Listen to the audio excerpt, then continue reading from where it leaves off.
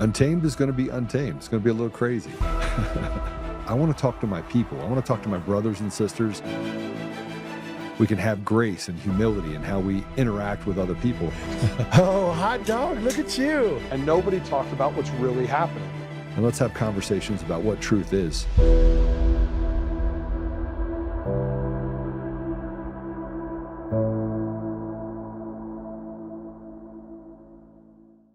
Well, happy Monday. It is a great day today. We've got the news cycle never ends for us over here at Untamed. I had an incredible weekend. I hope you guys did as well. We have two incredible guests that are going to join us today to talk about what is going on right now.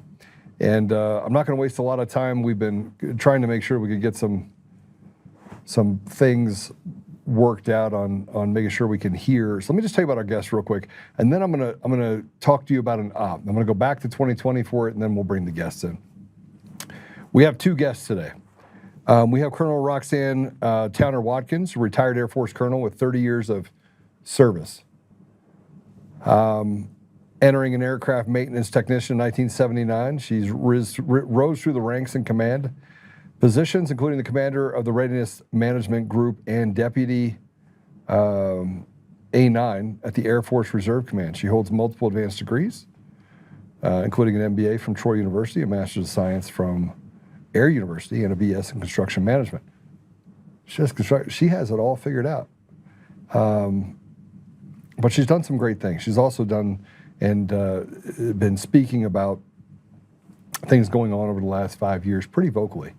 But she also she retired and became a real estate investor. And then from there, she's kind of worked on diving into podcasts that dives into World War II intelligence history and just as a wealth of knowledge. Our other guest is going to be Brigadier General retired Blaine Holt. He's a highly decorated U.S. Air Force veteran. He's a former NATO senior leader and current president of Factor X Research Group. You've seen him on multiple shows. I think you've seen both of them on multiple shows. But as the Air Force commander, where is this? Let me put my glasses on. Courage Republic, he masterfully led one of the DoD's most complex logistics operations during the Afghan surge amid violent revolution and political upheaval, earning the Bronze Star and a prestigious Council on Foreign Relations Fellowship. He rose to become the second highest ranking U.S. military official at NATO, recognized by the Supreme Allied Commander Europe as the #1 strategist and innovator for his leadership in foreign critical defense solutions during intense geopolitical challenges. He doesn't know it, but I met him years ago when I was in D.C., working on things in the Middle East and Africa. I happened to meet him, I think, after a National Prayer Breakfast event in Washington, so I am familiar with him. But he also has entered the private sector and has done some pretty cool things, and again, a commentator on and speaker at Newsmax. Now, before I bring them on, and there's a lot of things to discuss, I want to put this post up. This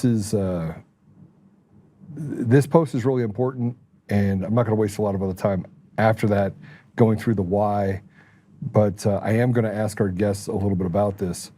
There's a post that is going around, and it says, let me just kind of read you the post, or if you can put the post up first. So this is a post that goes through what's happening now with Americans that are blocking traffic. This is in response to Renee Good being shot. And here's the op. First of all, you need to know a few things. And we'll read through this, but the way that this is written is it's written in such a way that it gets everybody on board. Now, if you go back to 2020 and we're talking about the George Floyd incident, it turned from George Floyd incident to everyone wants to be on board for supporting black people and police abuse. And they used that as the poster child, but there was enough controversy around what really happened that it started to divide the country. So it was the perfect op. I mean, if you were running a psychological campaign, you would use a guy like George Floyd, a guy that was flawed 4 times the lethal limit of fentanyl in your system. You would show one perspective of Derek Chauvin leaning on the neck of George Floyd. You wouldn't give any context to it. You would use that as a way to reach into and grab the guilt of good people in this country. And what we've done with churches and things like that is we've done just that. Now, fast forward, we have the perfect storm. We have people that are Americans that are standing up for people in their community, when in actuality, that's not what it is. It's a lie. They created another narrative that said that Renee Good did not try to run over that officer, but he did. She did. And although it is unfortunate, although I don't like the outcome of it, the reality is still the same. She was given a lawful order, asked to step out of the car. She did not. She sped off. Her wheels spun.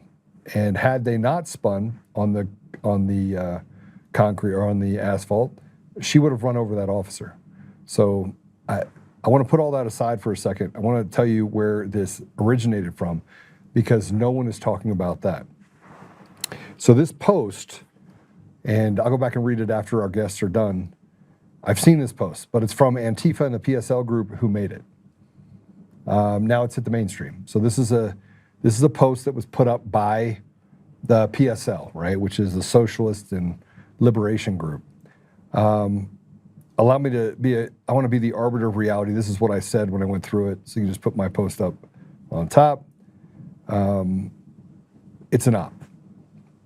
And you have to have beer goggles to think differently. I said, good people see things from the lens of what they would do to be a good person. Most people cannot fathom evil. You cannot fight evil with words. Not today, not ever. This represents the infiltration of the church and the idea that turn the other cheek is by some way the standard by which we should operate in life. This makes victims of our community and the reason that we have Satan clubs in our schools. The entire post makes good people feel guilty for having to create order. This is the same thing that caused parents to become convinced that a hard hand in disciplining your child would be counterproductive to the well-being of the child. It has allowed weakness to rule our society and for criminals to be released onto the street. It has made gangs thrive and entitlement like the ones we see with the Somali gangs in Minnesota and all other 50 states to defraud the American people. This is the same thing they used when George Floyd when they convinced many Americans that black people were somehow not able to succeed and that police are brutalizing them around every corner. The statistic, the narrative that is not supported by any stretch of the imagination. This is a dangerous and irresponsible post with a picture meant to instill fear and guilt. If you think it's not, then you're not paying attention. This is an op. If you feel guilty or feel that what they are doing is not right, but do not stand up or even say a word when a child in your community was brutalized by some illegal, you are the problem. The selective compassion is exactly why our country is in the full state of disrepair and disregard for the laws of our nation. If Americans commit sedition, they are dealt with the same way as anyone else who chooses to put illegals ahead of the interests of the people who are in fact citizens. So here's the reality. We're going to create a narrative. You can see where the news is going right now with this, that somehow we should be standing up and that we have a national crisis when we're eliminating illegals. We know that it's just these radical Democrats that are having this conversation, because I just had a conversation with a couple Democrats in my office that came to visit me, business people. And I asked them a simple question. If you could eliminate all of the illegal criminal activity we have in our state and give those opportunities to people who are good people, would you? And they all said yes. Now, we have created a narrative that doesn't exist. They're not a boogeyman just going out there looking for every single person that's here illegally. That's not the case. If you commit a crime, you're expelled from this country the same way you are in any other country around the world. So we've got a serious problem in our country, because much like 2020, they are running an op, which proves to me 2 things. One, people are not well informed. Most people are not well informed. They want to be well intended. So they're willing to do something that feels good that doesn't necessarily do good. And the other of which is that we have 2 sides of our government, and right now they're at war internally. So we have 2 factions inside of our government. You have the work that President Trump is doing, and then you have people that are on our side, say they're on our side, that are basically betraying the very people that they say that they swore an oath to protect. So with that said, I've got plenty of questions for our guests. I'm not going to make them wait much longer or any longer. I want to bring him in and have a conversation. So, Colonel, General, welcome to the show. Great to be here. Good to have you. So let me start by asking the two of you this question. Iran, what do we make of it? General, go ahead. Sure, I'll lead us off. What you've got is what looks like now is far less than protest than it is a revolution in progress. When you take away water and food, you go to hyperinflation, then suddenly you've got nothing left to lose. And so you're going to go at the regime. Millions are now joining in that. The thing where it gets very interesting is the rhetoric and what I would just call the absolute false reporting around this. Yes, there are altercations between the IRGC police and the revolutionaries, but the numbers that are being reported are not substantiated. They're not, you can want there to be a 2,000 person massacre, but there may not be. And in fact, the president even said, if you start shooting up your people, I'm going to take action. But here this morning, what we have instead of that is Ambassador Huckabee saying we're not seeking regime change. The Ayatollah wants to talk.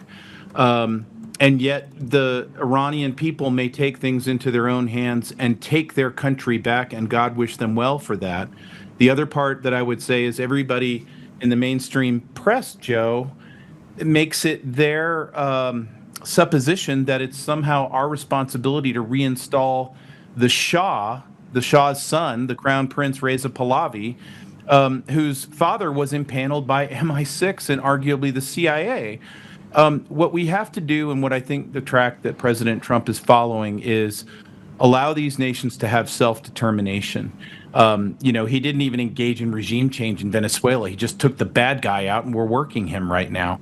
But you've got him caught in the middle of a crossfire between globalists and neocons, and then a ravenous group here that are ready to throw a rock at President Trump if he cures AIDS. So this is where the table is set. This thing could go left, right, up, down from this point right now. But what I think we're going to see is an Iranian people that quite organically, maybe with a little bit of intel help on the ground, takes care of its own problems. And it would be in our best interest if it could be that way, and not just go watch more endless war in a multi-front global conflict that we're fighting with the globalists. And so I'll leave it there. And I absolutely do remember meeting you, and I've met you twice. And so that's great. Thanks for having me on. Colonel? So anytime anything like this happens, I have to admit now, after the research that I've done, I'm always suspect at the very beginning. And since I'm new to your audience, I just want to clarify something. When I talk about the CIA, I'm not talking about the current CIA leadership, because I do believe CIA Director Ratcliffe is a good guy. But I commonly refer to the CIA as the nefarious people that have constituted the CIA over the last 75 years. So my first instinct is to dig into who's over there and whether or not it's organic. Because at this point, I question all of this stuff. And to the best that I can find using the media and people on the ground over there who I follow, it does seem to be organic. Is there other countries that are present? Yes. And you have to try to discern what role that they would be playing there. Because there are people that operate under contract to the CIA that are not even under the control of the CIA. And so that's kind of my go-to, is looking for whether or not these uprisings are organic. Because as you pointed out in your post that you made, a large portion of them that I've researched are not organic at all. Yeah, I mean, this is a pretty serious problem that we're facing right now, because and I shouldn't know it. Sorry, we had to set the camera. But one of, I mean, I just talked about a completely separate op. I mean, the op that I talked about had nothing to do with Iran. Now, you say that the CIA is good under Ratcliffe and that what he's doing is great. No. I didn't say the CIA was good. I said the leadership is good. That he has in his immediate proximity. That in no way reflects all of the people that are there now, because they were all put there and hired into their current position by really bad people. Yeah, so I mean that just gets to the institutional rot that we face in any institution, and I want to come back to kind of the two things that you're talking about, like with thinking that it's organic. The problem with thinking that anything that's organic is that it smells eerily similar to what happened in 1979 when they had the coup in Iran. Matter of fact, if you were to go back and look at videos, and the first thing I did this morning when I woke up is I started digging in to what was being said in the media, what was being said in the United States, and I will tell you, and this is problematic for me, is the first thing that was said in the media was, this appears to be organic. This does not appear to be run by any sort of disclaimer. Yeah, this is not an MK Ultra project. No MK Mockingbird was used in this. Go back to your life, citizen. That's funny. That's kind of my research in looking at Operation Gladio and the instigation of regime changes and the destabilization. There's some well-known actors, and a lot of people think that the CIA, they're still under the illusion that the CIA doesn't operate inside of the United States, which is completely false. It's been proven throughout our history of the CIA that they do in fact operate here. They do look no further than the election systems. Oh yeah, no question. Yeah, they do it through their assets. And just to give you a picture of this, I would use the guy that we brought back that was a trained assassin from the CIA from Afghanistan. He's in Washington. He still has a handler. Whether or not he was getting paid, we don't know. And he shows up in Washington, D.C. and shoots two National Guard people. People need to understand the car bomb that was detonated in Washington, D.C., that killed Ambassador Lettier from Chile was done from people that were handled by the CIA. So there are operations done here. The destabilization of Trump's first term, 4 soft coups was orchestrated on Trump, and every single one of them has ties to the CIA. They killed JFK. People need to get out of the habit of thinking that destabilization in the United States is done by someone else. General? Yeah, I also think you do well when you get to the top of the rung and you look at it from the highest altitude. It's much easier if we take a look at it through the prism of we the people global edition versus they the globalists. And I mean City of London, the top wealth families, all these wealth family offices, they run the World Economic Forum, the UN. They love the idea of you eating crickets and depopulation. You can call them whatever you want. It doesn't really matter. But these are the two sides, and their henchmen have been co-opted cartels, not co-opted cartels, rather the dirty parts of rogue intelligence agencies.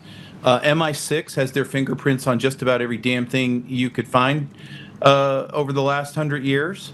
And honestly, the trouble is that we immediately focus on the micro, usually as to what's fed to us in the news, when what we should be doing is what President Trump is doing, which is looking at the entire board. And if you want to take a good example, I think one of the most significant things when you look back at this period of history, 10, 15 years from now, is going to be President Trump's war on the cartels. Because, and this is how I explain it, is if you took a Jenga tower, like that game Jenga, and you made that tower, and that tower represented all of the illicit activity on the planet, all of the human trafficking, the pedophilia, Epstein crap, buying off of politicians at the local, state, federal levels and over and abroad, co-opting of currencies, theft, the illicit shadow private banking, the drugs, the narcotics, all of it. The cartels are the vascular system to all of that. So what's the president doing? The president is yanking on the bottom Jenga block. And they don't like, not only do they not like it, they're in a race to start World War III. They've tried in Europe, it hasn't worked yet. They've tried in the Middle East. This is why the president brilliantly flew the B-2s over Iran. Rather than give Netanyahu his unlimited war, he put a tourniquet on it and said, and that's why he used the word obliterated. I obliterated their nuclear capability, so it's done. Meaning he's cauterizing the wound or putting a tourniquet on the wound wherever they show up to create this. Why do they want to accelerate this right now? It's because of the financials. Their Ponzi debt-laden scam is going into the sewer. Look at the bond markets, look at the metals markets, the macroeconomics here matter. But they need a bag holder. They tried to make Putin the bag holder. They'd now like to make the Ayatollah the bag holder, or eventually Reza Pahlavi if they put him in there. Because the one thing that they've done throughout history is they play both sides. Would MI6 and the city of London back the Israelis and back the Iranians all at the same time through proxies and intermediaries and shell corps? Of course, been doing it forever. But now let's look at the golden giveaway that President Trump gave us, and that is the National Security Strategy and the Financial Stability Oversight Council document. The two together describe a world where we're going to have a multipolar world. You've heard Rubio talk about that many times. And it's going to be a world where, hey, look, this is our Western Hemisphere. This we shall defend. We're going to clean it up, and we're going to take undue influence out of it. We recognize that Russia and China also have equities here. We'll get that all sutured up. And we're not going to be sweethearts and allies. What we are is we're going to zone off and have sensible competition with each other. We'll probably have disagreements, but they're not going to be the types of disagreements that flirt with Oreshnik nuclear-tipped missiles cruising through the White House at Mach 10. So what the president is embarking on through those documents, and you're already seeing it play out in Venezuela, Iran, you're going to see it in Mexico damn soon, like hours. And that is we're going to not do this globalist game. We're not going to play the Bretton Woods game that the British got us to sign up for after World War II, or the nonsense that ended up being the central banking system in 1913 going forward. So you could actually, as a historian, you could make an argument the president is going to be responsible on the 250th birthday for actually ending the American Revolutionary War, because you know, the cool part about alternative media and shows like yours is that the scales are falling off. Americans especially are starting to see the truth. When you see Europe become full-on dictatorial and communist, and that we have no business being in NATO, you start to question things. We've been questioning since COVID, but it's accelerating. Man, that's a lot. That's a lot to take in. It's a lot for me. Yeah, I need a glass of water. You know, so Colonel, I want to get your thoughts on this, but I want to say this. I want to kind of bookend what you're saying, General, and that is, I broke bread with President al-Bashir of Sudan. I sat down. I broke bread with him. I will not, discuss what details and what I spoke with during the period of time that I was there. But it's during the time where they had the referendum vote and the split of Sudan from South Sudan. And the rhetoric and the influence by the CIA in that environment was evident. And I could talk about the other countries that I was involved in as well. And it was never the respect of the sovereignty of any of those nations. It's the CIA was looking for ways that they could create, power and money, and they could combine those two things. And they always did it through a proxy. Now, whether we're talking about proxy of Europe or the Mossad or Israel and the neo. I'm glad you brought up the neocons, because it's really hard to ignore the fact that we have factions and groups of people that are hiding behind other good people. And I will say, You have Jewish people that are hiding behind Jews and saying anti-Semitic, when in actuality it has nothing to do with anti-Semitism. It's right in front of us. We can see it. So, but I remember the conversations that I would have with this world leader, and he would say things to me, and I would be like, and I would look over at Mark, and I'm like, Mark, if this is true, then we need to go check it out. We got to go look up and we got to go to Darfur. We got to go look and see if there's actually genocide and ethnic cleansing. And every time I turned over a rock, there was another CIA clam that just popped out, right? And it became debilitating because then I never knew what was or wasn't unless I touched it, smelled it. And even then, I had to make sure I stuck around a little while to make sure it wasn't just propped up. Now you know why I made the comment about Iran. Because I've spent the last several years picking up all of those rocks all over the world. I've went all around the world, and I've looked at everything since post-World War II, and every single thing that, and again, you mentioned, I have a lot of degrees. I've taken a lot of history. I've read a lot of books, but it was always approved reading via the Air Force. You know, here's our chief's top books we want you to read. And it really turned into almost like an indoctrination. This is our history, and you need to accept it as that. Don't look any further. And what you find is when you go back and you start reading, now that we have translatable internet connections and search engines, you can go back and actually read what was happening and what was being said in those countries. And you find out that basically our entire history of what we thought was going on is in fact not true. And I love what the general said about the cutting off the support mechanisms, because and I refer to this entity that controls all of this, the international syndicate, because it's a crime syndicate. And you mentioned Sudan. What I have come to realize is this syndicate decides where the resources are that they want to control. And the intelligence agencies work as a collective. It's not like you only ever find the CIA. You don't. As the general pointed out, you'll find MI6. Sometimes you'll find Mossad. Sometimes you'll find the Korean CIA. Sometimes you find in the previous operations, the German BND, which, by the way, was ran by a Nazi, Reinhard Gehlen, which is just mind-blowing. But they work collectively together in order to deliver the resources. And they do it by destabilizing the country, generally installing a military dictator, at least somebody that they control, under the guise of restoring democracy. They've never left a democracy yet. And, you know, there's 75 years of track record there that I can just recall off the top of my head, country by country, where this has been done. And that's what they're doing to the United States. This destabilization, anytime they have a president that they don't control, they'll get rid of them one way or the other. They'll try really hard. And there's entire institutions. I ran across the Albert Einstein Institute that was ran by Gene Sharp and a special operations colonel from the Army.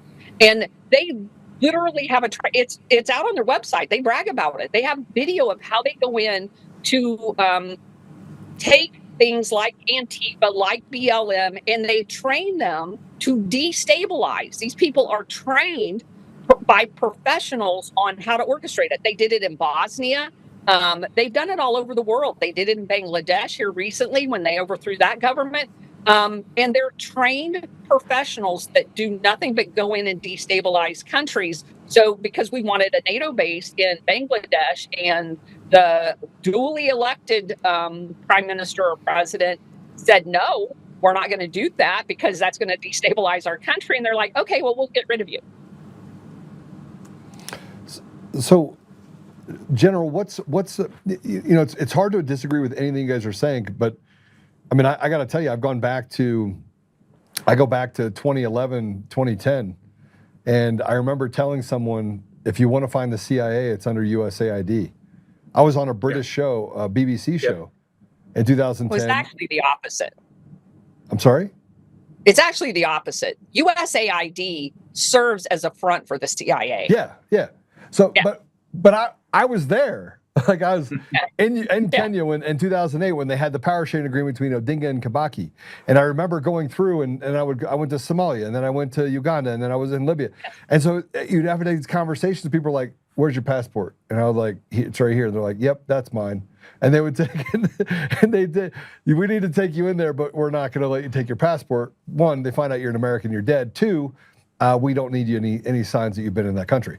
And I'm thinking to myself, I never worked for the government. I never worked for any of these guys. I was there to help people, and it felt just dirty. But I remember being on this show about Jeffrey Sachs and the Millennium Project, and I was like, that guy is CIA. This is in 2009, 2010, right? And now he was an expert on how to save and get rid of poverty all over Africa. That didn't work. It never works, by the way. And then they just whitewash the internet, take it all off, and like, I didn't do that. What are you talking about? That was just a report I did. Anyway, so you get this thing that happens, and then all of a sudden, years later, it comes out, and now he's an expert in foreign policy and is on every show and is having meetings with Tucker Carlson. I'm like, make it make sense to me. And then we finally figure it out. How was I the smartest guy in the room back in 2010? How? General? Look, that's a golden period of time. That's when I was in Kyrgyzstan. And I have a prime example of this. I was the naive Iron Colonel who went in there to save the base. My base was the world's largest bed and breakfast at Manas. We were serving up 15,000 meals during the surge. We were providing a third of the air refueling gas over Afghanistan. But the kids from the other side of the of DC, I guess they had a color revolution planned, and they didn't want to inform me about it, even though I got to meet with them once a week. And it was looking back that I started to see their fingerprints on things. I fought the good fight during the collapse of that country and the massacre that happened in Alito Square. I had absolutely gone into, 9 months before the revolution, I learned Kyrgyz. I was making speeches. I got our folks out there. We were not contracting humanitarian affairs. We just did them ourselves as airmen, and it pissed off just about everybody because we were not talking to government officials anymore. We knew it was a cooked regime that was evil. So it was ugly American time. We had to kind of change the deal. And I started investing in women's programs, entrepreneurship, anything that would piss off the enemy in the South, which were incarnations of the Taliban. Right. And then every time my boss, General Petraeus, would show up, we would all be at the embassy, and he'd ask who was supporting my mission. And one of the USAID director said, well, we don't really have anything to do together. And it was amazing to me because I just thought she didn't like us or didn't like military, and nothing could have been further from the truth. Where I started to get a little suspicious is when my civil engineers, which were kicking ass all over the country, they went into Bishkek, taught them how to build high-speed internet and get it to us. We created a mess of jobs, and it was pissing off State Department and CIA something fierce. I just didn't know that I was pissing them off. So here we get to this love affair with the country. I'm now doing live Kyrgyz TV that's broadcast in the Moscow living rooms with my blues on. And, everybody's like, holy shit, this is the transit center director. This is the guy. And it's like, wow, we're changing our fortunes here. Petraeus is happy as he could possibly be. And then I go to the USAID director and I go, hey, we just found out in the southern part of the country that all your USAID water projects are toast. They're broken. Oh, happy day. I'm going to save you. I'm going to run my engineers down there, and we're going to fix all these things and get them water. And the thing is well, if now I know what they were thinking, which is if you do that, then we won't have pissed off villagers. Yeah. And how are we going to get this revolution going if you do stuff like that? So she got mad and she said, we're not going to let you do that. And I just I reported it back up the chain, and everybody patted me on the head, go be a good colonel. And then all hell breaks loose. 71 are killed, gunfire on my wing. Bakiev flees the country. And then the Russians, air quotes, because it wasn't the Russians, start to choke me off from my own gas because they want to get rid of the base. So what was Langley doing? They were threatening my mission. They were threatening the Afghanistan mission because of the logistics, and they were threatening our friends in Kyrgyzstan. And all the while, I'm not. I thought I was fighting the damn Russians and the Chinese in Kyrgyzstan. It turns out I was fighting my own tribes just across the Beltway. Yes. And it would take years later. They sent me to be, I guess, properly educated at the Council on Foreign Relations afterwards. That only made things worse because now I'm working with the most evil people on the planet, and I could tell. And then I grow up from there and go into other things. But it's really in hindsight, now that we can see the world for what it is, and it was really after I got off of active duty, because my bubble popping moment was that I didn't have a front row seat, but I had a second row seat to Benghazi. I was a logistics director at UCOM. And that's where silently in my own brain, I wanted to end my military career, because I saw things at the highest levels that I was like, okay, I'm not consistent with my oath. I'm going to have to find an exit here. But it's when you get out, then you start to put it all back together again. And you're like, wait a minute, hold up. And then when we recently found that Doge stuff on USAID, I'm like, okay, I think I have the right pieces in the puzzle box here. It was Colonel Mustard with the pipe wrench in the conservatory. I got the whole thing now. Thanks, guys. That's where we're at.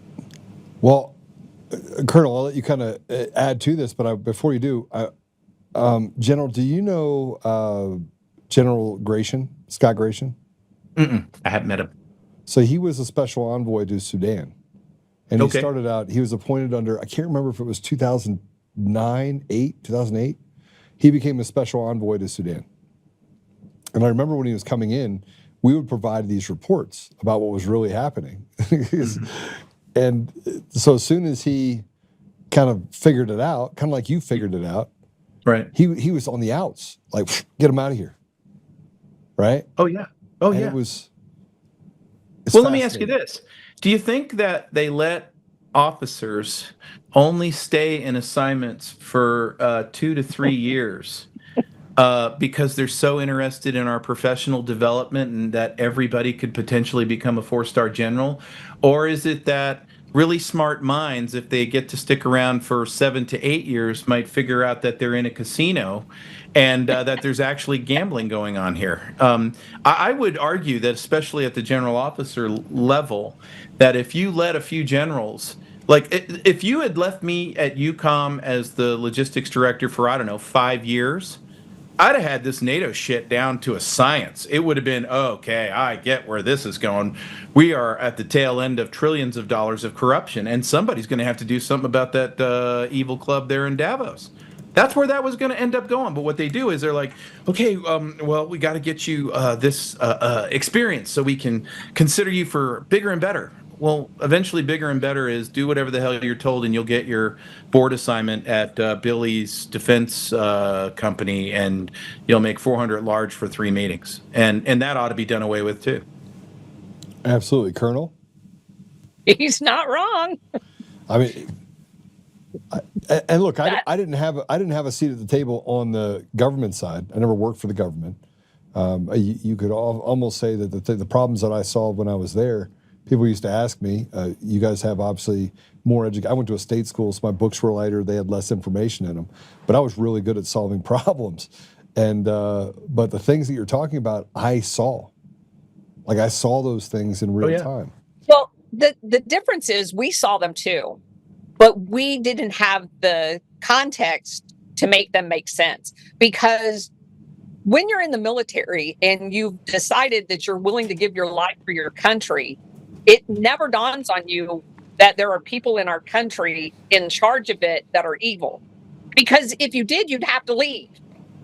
So you go along through your career with the assumption, and you're told constantly, reinforced with all of our professional military education, we're the good guys. Yeah. And you honestly believe it. Yeah. And so it's not until you, as the general said, when you leave and you start broadening your education basis, or you start having time, and the point that he's making while they move us every couple of years, I mean, my middle daughter went to 11 schools in 12 years. That's how often we move. So you don't have time with your job and everything that's going on in your life, deployments, wars. I mean, the last, 20, 30 years we've been at war. So you're constantly going on deployments. You don't have time to contextualize everything that's coming at you. It is only after you retire in that kind of decompression phase that you're going, what was that? And for me, once I started reading the unapproved book list and started going back over my career, I was at U.S. Central Command on 9/11. I was having lunch about 3 months later. So, around January 2002. And I had a lot of friends in the intelligence area of J2, of CENTCOM. And they were just talking about, most of the time, because I was not intel, I just didn't have a whole lot to say when we were together. And they were talking about all of these countries that they had just gotten a tasking to do an in-depth profile on. And I come to find out, when I started doing my own research, that those were the countries that General Wesley Clark talked about, 7 countries in 5 years, and they were doing it in the immediate aftermath of 9/11. Yeah. And that just literally blew my mind. And I know they did it because I was listening to them talk about it. I know. Roxane, what gets me is, and I didn't learn this until I was a colonel, maybe a little older, but you really owe it to yourself to trust your instincts. And when you're a young major or a young captain, you just don't. And drinking the Kool-Aid. Yeah, you get fed this crap, and you're like, well, I guess this is what it is. I remember when 9/11 happened, and we were all like, you mean to tell me there are actually Americans out there who don't think it went down the way we saw it go down on TV? And I was like, yeah, what the hell's wrong with those people? And it's like, now it's like, what the hell's wrong with me? But when 9/11 happened, and I was a war planner, baby lieutenant colonel at European Command, my first time there. And I remember talking with others before the actual concept of operations came down to us about what the hell we were going to do. And all I was thinking my entire time, probably because I'm an airman, but I was thinking, okay, this is a global war on terror. That means we got to be everywhere all at once. Very small, limited operations with big effects, lots of asymmetric warfare. We're probably going to be doing a lot of electronic crap, sneaky Pete cyber stuff. And then the Army boys across the desk were like, no, we're going in with big, massive invasion forces. We'll probably start with Afghanistan, maybe Yemen, but definitely somewhere along the path, Iraq's going to get it. And I looked at them like, okay, you guys are Looney Tunes. That's nuts. This is a global war on terror, kids. So we're not going to go spend all that money, and we're not going to go have anchored in armies. We would never do something. That's just dumb. We can't win that way. And then here comes the plan. And we're like, whoa, hey, what are we doing? But General, who's coming up with these rules? Who's actually the one that is creating all of this chaos? Because I look at the government apparatus. It was cooked. And this brings me back to the 1940s, 1950s with the Wizard of Oz. It's real. I mean, if you look at the Wizard of Oz, that's a really good analogous to it reminds me of, there is someone behind the curtain. Who is it? There is. So you're completely correct. And this comes out of a thing called the National Security Council. And so what happens is you can have, and in the Pentagon, we have the best planners in the world. I mean, you want to go find the ghost of von Clausewitz, go to the 5-sided Wonder Palace. You'll find him. Right. You just got to go to cubicle 85 on the D-ring and you'll find him. But the I got you. But the problem is you get the National Security Council kids who all went to the Ivy Leagues. They've never worn a stitch of uniform in their life. They would be scared to death to hold a 9mm in their hands. They've got toy soldiers in their desk drawers, and then they come up with the scheme of ops. But what they are steeped in is private equity, investment, banking, the defense industrial base, monopolies, who's important on the Hill and who's not, what lobbying firms matter, which ones don't, and what they want their next job to be. And out of that is how you get your war plan. So the war plan that comes down as tablets from Moses is thou shalt build 130,000 force army, and after a really cool special ops opening, we're going to really get after these people, and we're going to get the Taliban out of the 9th century and into the 10th century.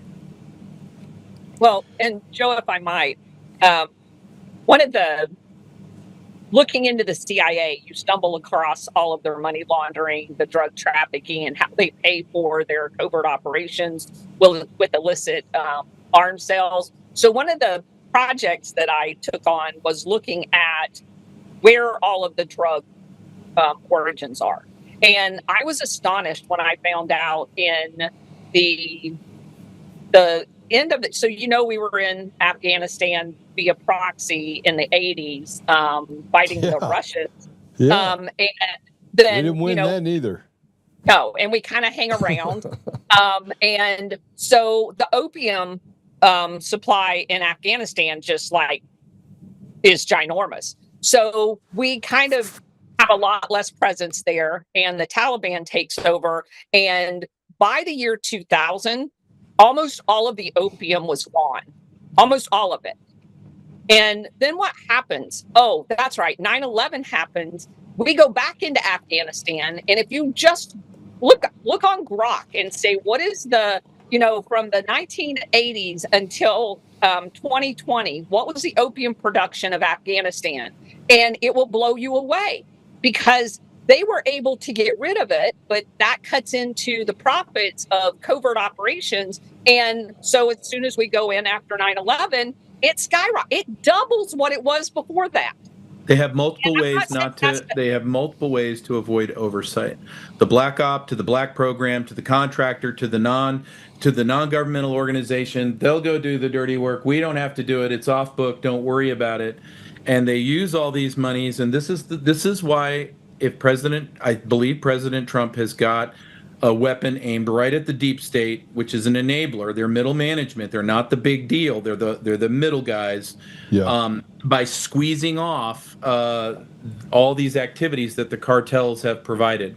And so what we'll see, and I think this is very important to your audience, is the more pressure you see, especially after the Mexico piece starts to roll out, then the more the bad guys will be on the run and under pressure, and the more likely they are to activate cartel linked with terror cells here in the United States. And we will have to keep our heads on a swivel, because after 4 years of the wide open borders, they outnumber the hell out of us and our first responders.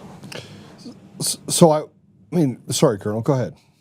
Well, what I was going to say is the cartels are their network that they use for the distribution. There's a lot of layers up above them. And they definitely, what President Trump is doing is cutting the legs out from under them, as the general articulated. And it's critically important to the overall operation that's being done. But as he also points out, that's going to pressure them, and they're going to make some decisions that potentially increase the risk inside of the United States, which, of course, is why the timing of this has been so important. You could not address the drug, narco, I call them chemical weapons because they're basically made out of chemicals.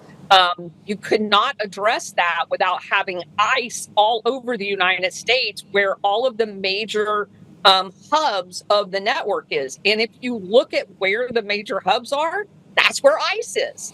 And so they're taking out pieces of that apparatus already. All right, so now I'm gonna drop some truth bombs on you guys, okay? And I think you probably know this, so it's probably just teaching the teacher. But if we start looking at the apparatus of the narco unit, and it is not a parallel government inside of Mexico, or even in Venezuela. It is right here in the United States. And look, I always said this. I was like, look, loose lips sink ships. And I personally have never done drugs, but at 16 I sold them, and I got to see the apparatus from the inside there.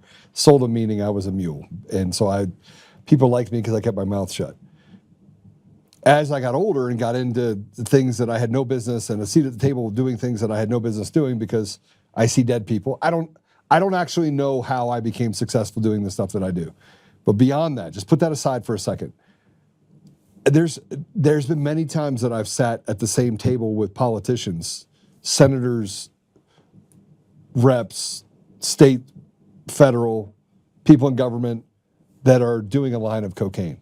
I mean, if you want to talk about the apparatus itself, the supply goes to people at the very top. So That's how right. do you? Yeah, I've made this point repeatedly. We just finished doing a book on the mafia, CIA, and George Bush, and in that book, it talks about the Bushes, Jeb Bush. Jeb Bush's first job was a money launderer at a bank in Venezuela. That was his very first job. Yeah. I'm very aware of how connected. Lloyd Benson, the entire savings and loan debacle of the 1980s was a money laundering operation for the mafia and the CIA. Yeah. So I'm very aware. And it was all of the politicians in Texas. It was Jack Kemp. There's so many politicians that are involved in this. Orrin Hatch is mentioned in there. So I'm very aware that the controllers and this international syndicate that I talk about, prior to President Trump, the only drug cartels that were ever taken out were competitors that were doing shit that the CIA didn't like. That's it. That was our war on drugs. So this becomes a much more complicated deal because if you go back to the Kennedy era, that's why Kennedy got assassinated. Exactly. Well, there's a big Israel piece in there as well. All right. Well, General, please tell us, because I think I know where you're going with this, and I agree with you 1,000%, but you have more knowledge on this. So whenever somebody says, well, what about this intelligence agency, the CIA, or what about Mossad, or what about MI6? My question, I always answer with a question and say, really, which one do you mean? Do you mean the good people that are there serving their country and trying to be good intel officers and operatives? Or do you mean the deep state, of which the deep state was hatched many years ago? You could argue that it really came into its being in the early 50s. But when you get to the Alan Dulleses of the world, the guys who Alan Dulles is just an absolute psychopath. And as the founder of the CIA, he had little or to no use for the Constitution. And they had a marvelous time as long as the presidents would play ball for them. Eisenhower warned us about this as best he could from his podium at his farewell address. Well, he didn't, JFK saw this well enough and good and understood that his desire to dissolve the CIA or severely limit its powers, his desire to curtail Israel influence with its lobbying arms in our politics was problematic. And so they started building files, and eventually they built an operation.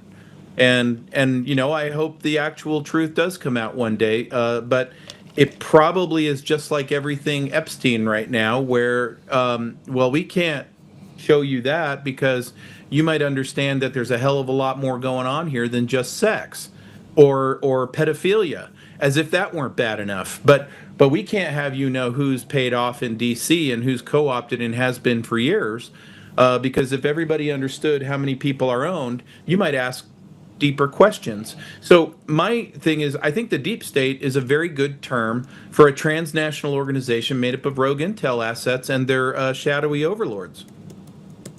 So I'm going to push back a little bit on the Eisenhower comment. That's fine. Eisenhower is the guy that hired Alan Dulles and John Foster Dulles. Mm-hmm. He is also the one that overthrew Iran, and he is also the one that overthrew Guatemala. I don't think he was warning us about it. I think he was telling us exactly what he did. I'm not sure all of that. So where I would come back at you, Roxane, in the nicest of ways and the most polite, genteel of ways. This is fun. You don't have to be gentle with me. is that,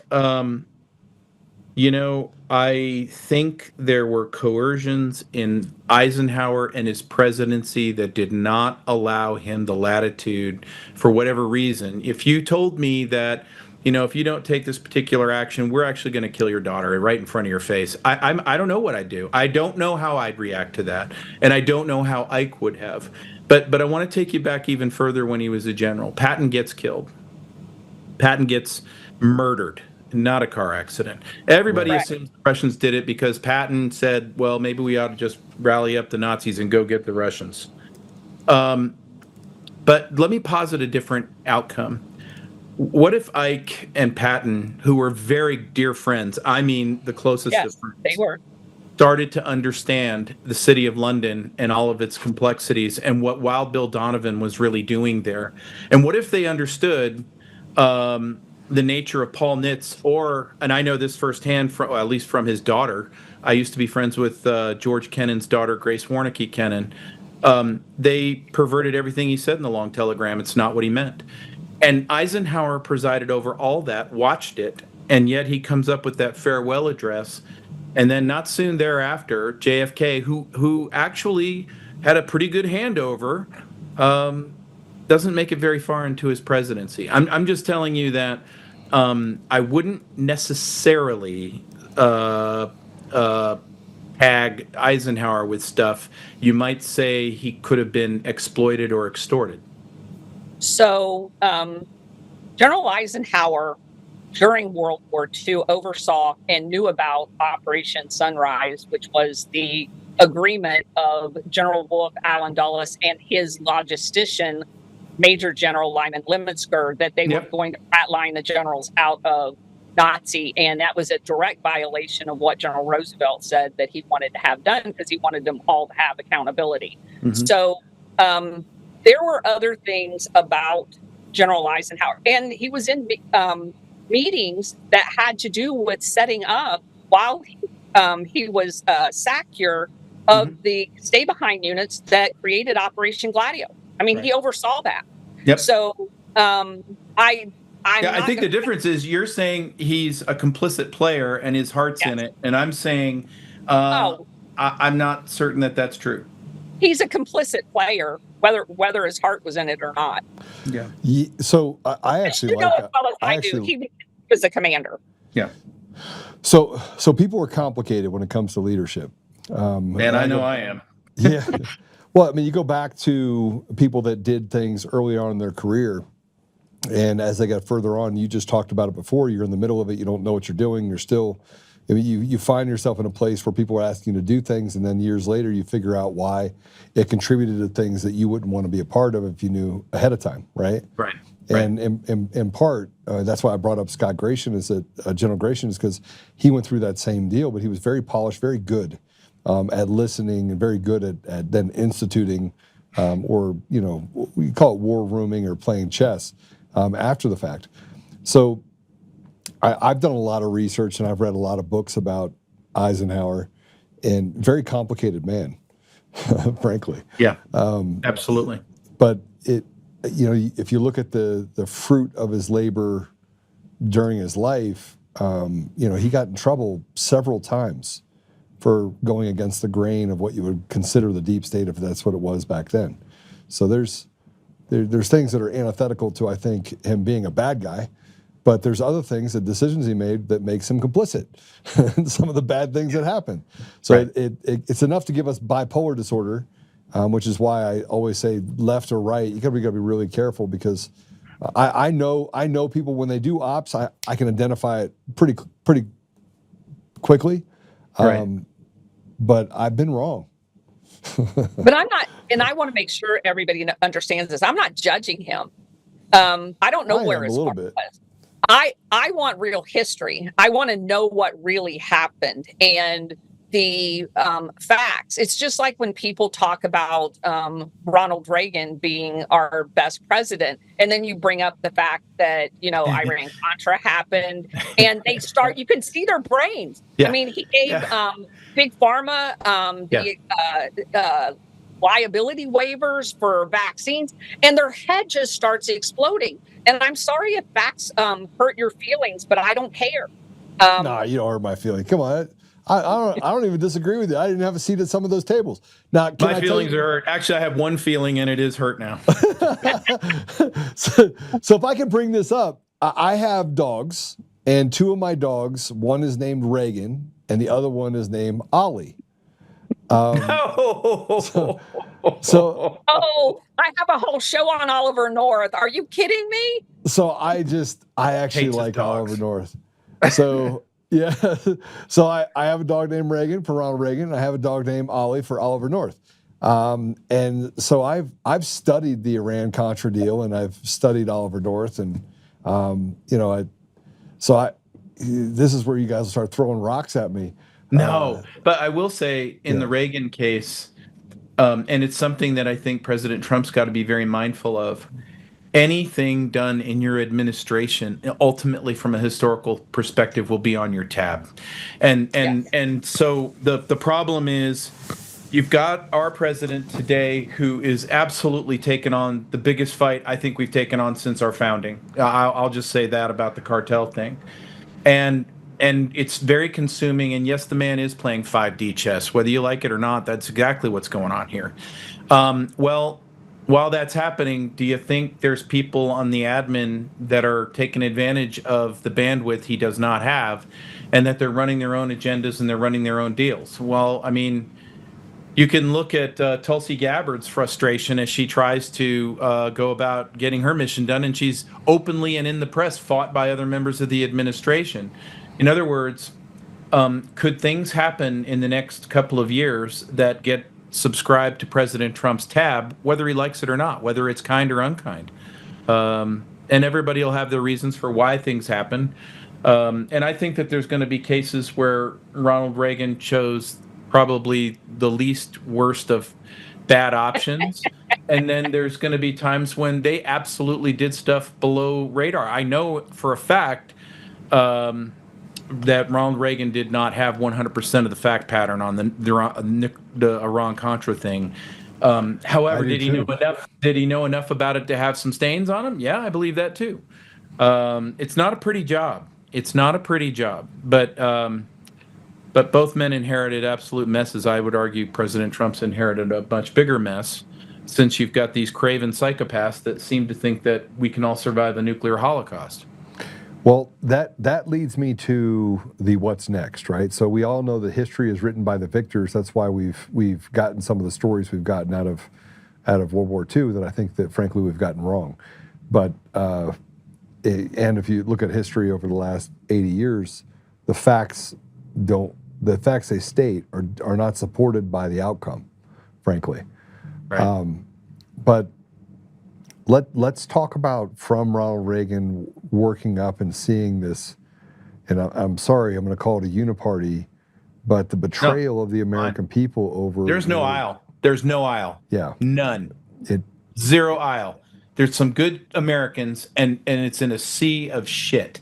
Yeah. Pardon my Chinese. So that I'm glad you pointed that out, because that we have seen the haves and the have-nots, and they have nothing to do with being an R or a D, conservative, liberal, progressive. Right. None of that stuff matters, right?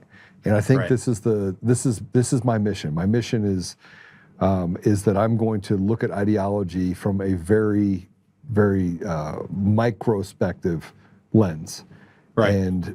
But if you look at the handoffs that happened, let's say Bush Sr., because I think that's when you saw that influence of CIA in Reagan's administration, and then Clinton, which went against, I mean, he'd be a modern, he would have been a modern Republican today, right? And then you look at, but the handoffs. He was still a criminal, though. I'm sorry? He was still a criminal, though. Oh, yeah. Of course he was. But that they only elected criminals, and then you had Bush, the third, and then you have all of these things that are stacked on top of each other, and then you have a disruptor that comes in Trump that basically played the game of who moved my cheese over 4 years, and the obstructors were the Republicans, not the Democrats. But I want to ask both of you this question, and you guys can figure out who answers first. We don't have a nation, and we have nothing unless we can create some permanent environments where things are not temporary. President Trump's 4 years were undone in less than 30 days, and it went drastically the other way by 300 degrees, right? Right. We've only been able to claw back 10%. The 90% of the damage that was done by Joe Biden is being supported and blocked by Republicans again, just like it happened in 2017, which led to the midterms in 2018, which saw the House, the Senate, and everything flip, and then the impeachments that followed that. We're in the same boat right now, and there's no permanency to what's happening. So doesn't President Trump have to get to a place where he goes super drastic, and he's running out of time, by the way, super drastic to the point where he starts pulling different plugs out, Insurrection Act, to get to a place where we can get free and fair elections and remove the boogeyman that we can't see that we know exists? Yeah. So here's where I see us. It's my prayer every day, Joe, and I'm certain that both of you share it with me. We had better start seeing very, very soon things that are massive. And what I mean by that is we have two rails that are of great danger to us as a nation. One, the executive orders are not codified. There is no action on Doge. I put those two things in the same bucket, meaning the Congress with no aisle is against the president. It is the swamp versus him. But the other part of this is the illegality. And if there's not to be a season of accountability, and I mean radical accountability, that means we call a traitor. That means we issue the appropriate sentences. That means the appropriate, we're not bashful about having tens of thousands of indictments.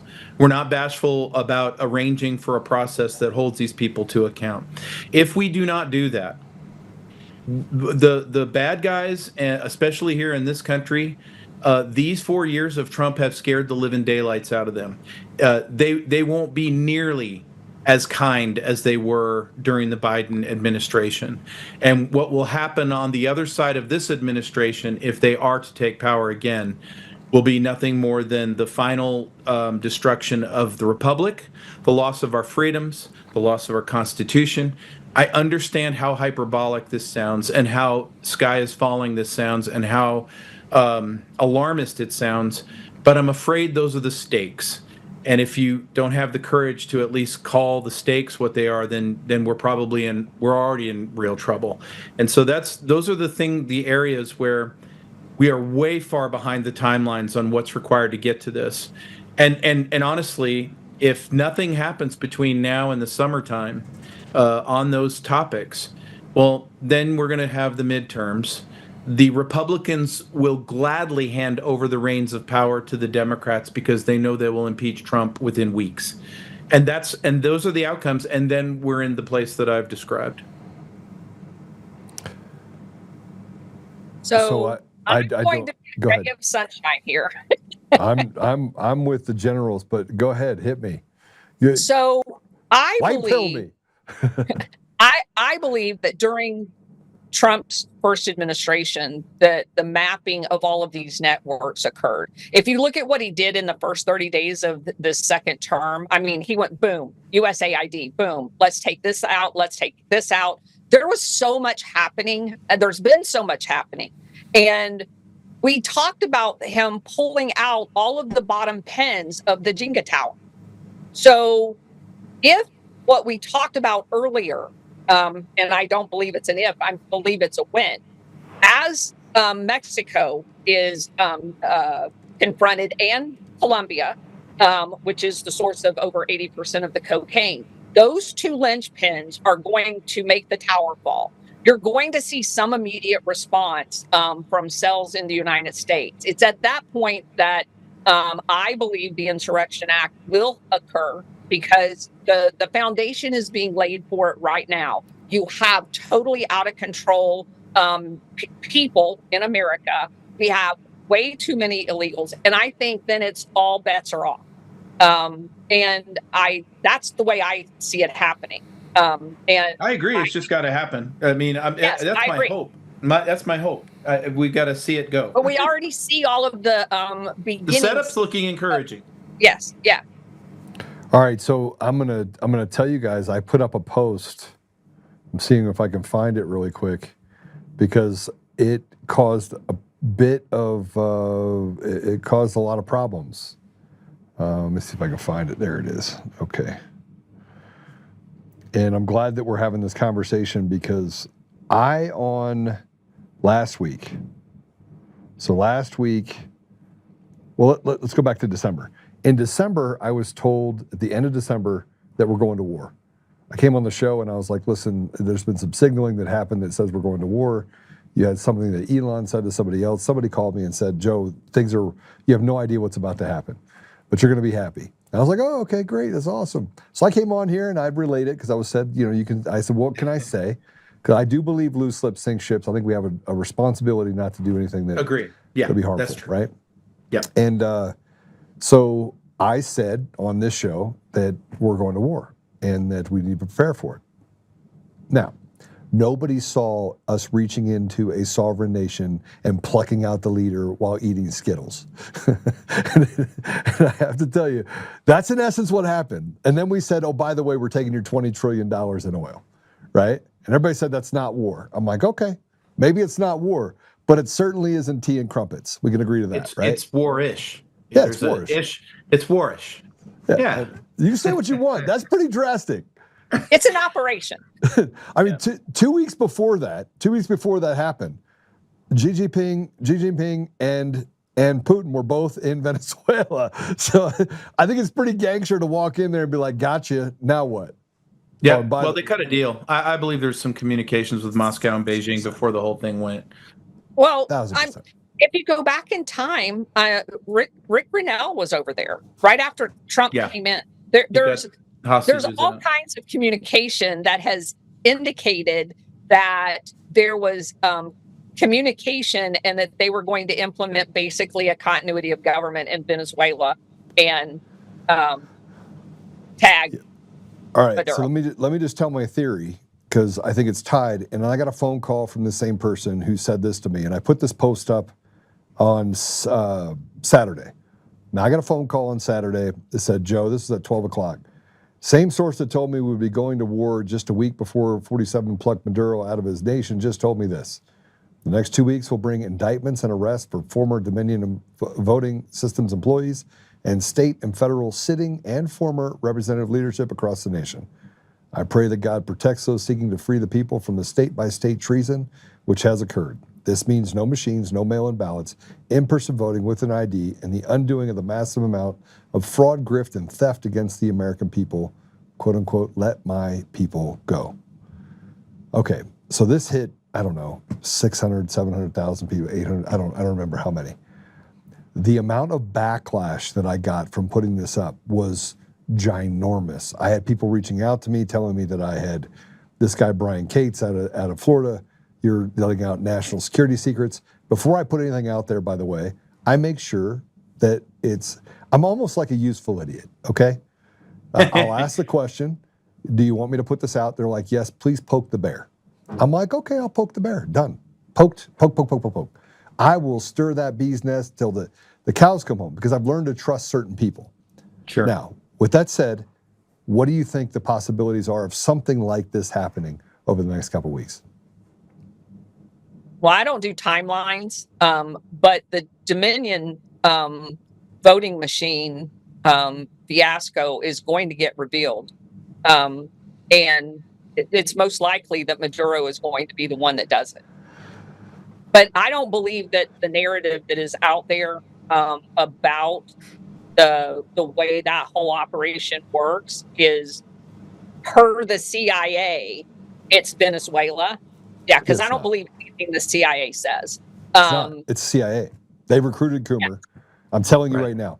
Like I'm a system architect. I went to Washington on January 4, 2021. I wrote a model. Remember, I was literally a tech guy that was going to sell my company for $200 million. I happened to stand up for people in my community because it was burning down during the COVID deal. I wasn't a part of the election stuff until Coomer got on the call. And I was up elk hunting when all that stuff happened. And then that didn't happen. I got slandered from both. That's why I know there's no aisle. Yeah.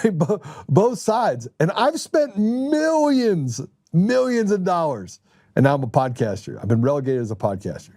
So I don't have any tech experience at all, but I do have research that says from 1948 until yesterday, the CIA has been involved in election interference in every consequential election around the world. And I can document it. And so somebody's not going to tell me. Colonel, I literally took I built a model. I went to Washington, met with John Eastman and everyone else. I remember. And I was like, this is what's going to happen. And they started to laugh at me. Then I met with NSA guys and they're like, how did you know this? And I was like, because I'm clairvoyant. Then on the 5th at night, they woke me up. Yeah. They woke me up and said, how did you know? And I'm like, listen, I read every RFP, RFQ, looked at the manuals, and that's when the attacks on my family just intensified, right? From our side. Right. Yes, our side. Well, they're all making money. They're all making bank, or they're all co-opted. It's one or the other. But how did I know? How did I know how they were going to affect the Senate runoff race? Why did I predict it with such precision? And then why am I nuclear after that? I mean, everyone's like, how did he know? Well, because I understand how systems work, which is why I know that the Dominion people, and now I've done all the math and the algorithm research and dissertations, and I understand how Coomer came about. I learned all of it, right? I still have a trial. I have a trial coming up in April for defamation, and I never lied about anything. Yeah. Well, what will be lovely to see is when the backlash does come. I just would love to see all those people rot and get what's coming. But in terms of timelines, it's very clear to me. It's March 5th, 2:30 in the afternoon Eastern. We're going to see the entire. No, I'm just kidding. What you have to say is that even though the president has a plan and a strategy and he's moving forward, in warfare, you've always got to understand that the enemy gets a vote. And while you can be very good about red teaming your enemy and predicting their next move and the second and third order effects, they understand that you're working that way. And so it's a circle inside of a circle inside of a circle. In the Air Force, we call it the OODA loop. And, and you gotta, and it's who's going to get inside of whose OODA loop quicker and faster and make decisions faster. And that's why I think a lot of us get frustrated when we see just volumes, delusions of evidence since Inauguration Day go sailing by our faces. And, right now the president has a better arrest record than Pam Bondi. He arrested one and in Venezuela, and she's arrested nobody. So this is where we're at. We want to see it go. Yeah, no, it is. What's fascinating to me about everything that we're going through right now is the amount of alignment with the people who are legitimately good people going forward, right? That you can start to see the wheat from the chaff being separated. Yeah. And the result of that is, look, when somebody attacks me, now I just have no patience for it. I don't actually get upset anymore. I'm just like, okay, you're just, do what you're going to do. Right. I'm going to do what I'm going to do. And, I'll see you on the other side, right? But it is, we're in a really amazing place. Hey, listen, I appreciate you guys coming on. I have loved this. General, I wish you didn't have that. Sorry. Newsmax. We're working on it every day. Yeah, because I wanted to see your face when I put up that post. I wanted to just be able to read your expression. Because I think that one of the things that I've learned through all this is that you never have to run away from the truth. But if you speak the truth, they will find a way to get other people to run away from you. That's right? Yeah. And so I just have become patient with the idea that God is in control. We even say that the bad guys have a story or have a seat at the table. So does God. Matter of fact, he created the table. That's right. Yeah. That's exactly it. And I can't tell you how much I appreciate the opportunity to sit down on your podcast. I'm a fan of all that you've done with this stuff. It's, I'm very big into promoting Americans now need to come to service, and we need to see a rebirth of the American citizen servant leader. I see it all over the country, from Doc Pete Chambers running for governor in Texas, and on and on and on. But Americans are pissed, and they're waking up, and that is my source of optimism in addition to our faith in God. All right, General, how do people follow you? Right well, now? come see me at my podcast. I'm at dangerousintellectuals.com. Today's episode has my friend Navy SEAL Mike Sorelli on there talking about leadership in chaotic times. And I'm at Newsmax. I write a column called The Irascible Disruptor, and I'm always contributing probably about 5-6 hits a day on Newsmax and radio and wherever. All right, awesome. Thank you. I appreciate you being on. God bless you, and thanks for coming on. I'll follow you on your podcast. And then, do you have a X handle? People can follow you as well? It's at Danger Thinking. Okay. Okay, I'll follow you right now. I knew that probably would already tickle do you, follow you. Roxane. Right. Danger Yeah, thinking? I saw your announcement when you first started doing your podcast, and I'm like, oh my gosh, I'm going to love this one. Here we go. At Danger Thinking. I even have Stephen Greer on one of these things. That was fun. Well, I'm excited to and I see your podcast now, so I'll watch the latest episode. Always at your service. All right, thanks, brother. I appreciate it. Thank you for your service too, very much. you. All right, God bless you, God bless. Colonel. Yes. How do people follow you? I do a Monday through Friday at 4 p.m. normally when I don't have an awesome invite like this. We do book reviews in spaces on Rumble. And on Rumble, my channel is The Colonel's Corner. I also have a Substack called The Colonel's Corner. And on X, my handle is at Colonel spelt out Towner. At Colonel, what is it on X? It's Colonel spelt out, not abbreviated. Towner, Towner. Oh, I was following you already. Oops, I just unfollowed you. Then I just refollowed you again. Sorry. Now I'm following you again with the follow. Awesome. All right. Thank you. Thank you for your service. Thank you for just all the work that you've done, and thank you for just staying committed, right, to the people. I think that we are in a weird place. I have started to take my baseball bat out less and just recognize that we're kind of all on the same team. And then I do smack people like Brian Cates around a little bit because he's like, national security secrets. I was like, you have no idea what that means, right? So it's always fun. It's always fun. But thank you for coming on. God bless you. Sure, no problem. Thanks for having me. All right, take care. This was an amazing interview. I loved having them on. I loved having them on because of the amount of knowledge that they have. So you must go follow them.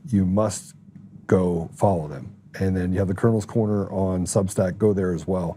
I was already subscribed to that, so I get the emails. And if you could contribute, obviously on Substack you can contribute to that as well. And then in General Holt, please make sure you take the time to follow him as well and to watch his podcast. We are, as we talk about some of the things, I'm going to go back to this for a minute. We talk about this timeline. I think it's really important to understand that although my friend said within the next 2 weeks, I think about things as timelines being fluid. I hope it's 3 days, frankly, but we don't know. We just don't know. We don't know what time will allow. I certainly was disappointed when we went into the first of the year and nothing happened. And I was like, and I wanted to call my friend and be like, you dogged me. And then all of a sudden we plucked Maduro out and everyone acted like that was not a big deal. Like the media thought it was not a big deal. CNN didn't talk about it. It was like a blackout of all sorts. And we reached into a nation and took out their leader. And you saw a quiet come over radical leftists and people in Congress. Not just though on the left, it went quiet on the right too. And it's really important that you understand signals, and signals are really important. It's sometimes when I was overseas, I was learning on the job. So someone would ask me to go in and look at something or fix something or look at this project or that project, or hey, this is what's happening with Bashir and this is what's happening in Darfur, and hey, this is what's happening in Somalia. And so they just say, Joe, can you take a look at this? And I would look at it, and it was mostly a test. Like, I wonder if this guy can figure this out. And I typically did. I could solve problems. Don't ask me how I did it. I don't know. But I was enough of a threat to that deep state that we started talking about because of the conversations I would have, and I was articulate, and I would just read books. But I became really, really good at seeing signals. And I was more concerned about the things that people didn't tell me than what they did tell me. And it's the idea that when you walk up to something and you could see people pause and then they'll move around it. I even do it. Everyone does it. It's human nature. Those are called signals. So you walk up to a story and then you basically cut out a part of the story and then you continue. That's usually what you want to look for, because that bore the most fruit. It would tell you what the underpinnings are if you're dealing with a social conflict or a tribal dispute, or we're talking about the transfer of oil or oil proceeds from Sudan to South Sudan, or even things related to sanctioned nation status and Kanana sugar, which is a part of Sudan. Most people don't know this. And the different agreements that they had in different countries, or how does Dubai play involved in this? How does the UAE, and there's Qatar, and so you had all these different pieces. And I would sit in these rooms and I would just try to read signals, and then I would go back to the United States and I would listen to the news to get those signals. And typically that was how I would come to a conclusion on what the best path forward was, because I could then say, all right, if a signal's here and a signal's here, that means that these people, called triggers and identifiers, they have different things that they need. And so let's try to fit them together so that we don't have conflict. And war happens when people have the same outcome, but they're diabolically opposed. That's when you get into war. So I didn't mean to teach the teacher or walk through that, but it's really important that as we start looking at signals now, the signals are pretty obvious. It's obvious. Our government, inside the government, you heard the general. The general said, there is no left, there is no right. There is the American people on one side, and this agenda that President Trump has very clearly laid out, and then there is the evil that has already been captured. The people that think that, hey, listen, I can make these decisions and I can affect it, and when the world goes to hell in a handbasket, I'll be protected because I'm a part of that establishment. Well, that's not true. That's not true. There is no protection for them. And they're part of what I call the really bad people group. So when General Holt said it, and even when Colonel Townsend said it, when they're talking about these things, they are literally sending us signals that, hey, look, I spent 20 years, I spent 30 years. Here's what I did on the outside. I can see it. They're clearly talking about what they know is going to happen next, because they can see the chess pieces, and that's where we're at right now. Now let's talk about Towner. Sorry, Colonel Towner. I should have gotten that right. This post that I'm going to put this up, that I put up earlier with them. Let's put it up again real quick. I put up this post on Saturday at 10 o'clock. People grabbed onto it and said, all right, let's go. And everybody's like, I can't believe you put it in cap locks. The op against me it happened quickly. Now you had the people that don't believe it, and frankly, don't believe it. I mean, this is the same. I said the same source that told me this. And, I have a stake in this. I mean, I have a vested interest in this being true. just so you know. Seeing the get rid of the machines and the mail-in ballots, it's the final piece of, I've stayed focused on this for 5 years. I know how to solve a problem. If you put a problem in front of me, I will solve that son of a bitch. I promise you, right? And so I have a vested interest in this. But as soon as I put this up, there's a guy that came after me. And I just had enough. I had enough. So this is what this guy said. You're claiming national security material concerning future classified military operations is being leaked to you by someone who can't keep their mouth shut.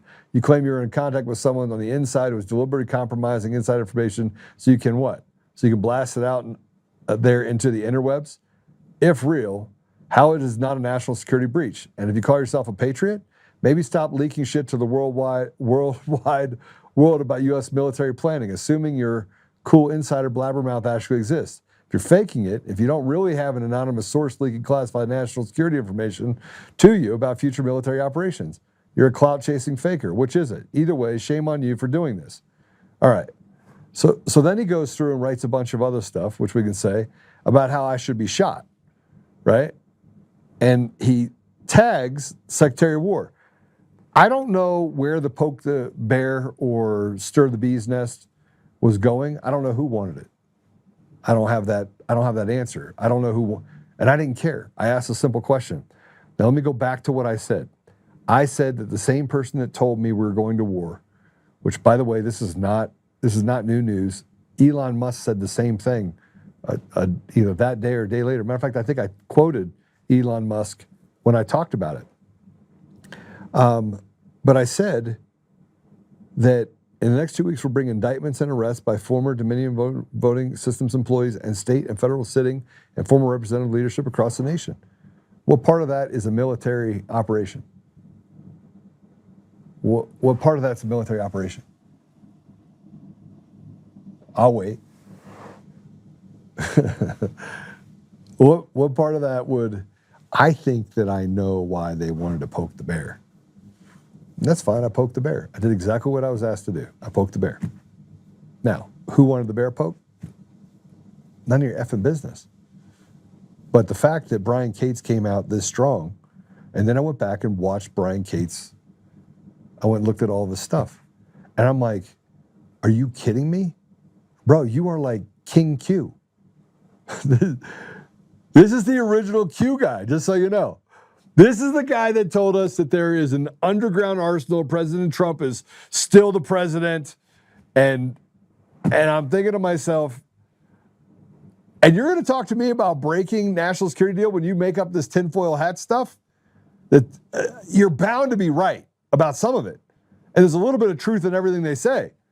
But instead, you come out and say that I'm a cloud chaser.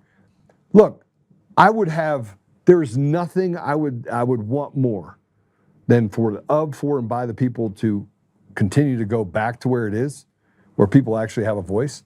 And I can go back to just doing tech and having a good time. And I might have to step out of the podcast at that point. Who knows, right? But you think this is cloud chasing? I was chasing clout. I gave up clout in order to step into a realm of protecting my brothers and sisters, because I am my brother's keeper, standing up for people in my community, because that's what I had done for 15 years prior to that. So I reject you, Brian Cates. I think you're a douchebag. A douche canoe, actually. Chris, I have to give you credit. I called him a douche canoe. Chris is like, I've been saying that for a long time. Anyway, Brian Cates, the douche canoe, said that I'm giving up secrets. All right. So with that said, I want to remind you of something really quick. When you get on the internet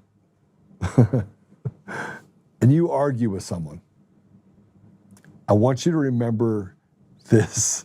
There are people like this that look like this guy, act like this guy, hide behind accounts called Demcast, but they're on both sides. And take a look at this.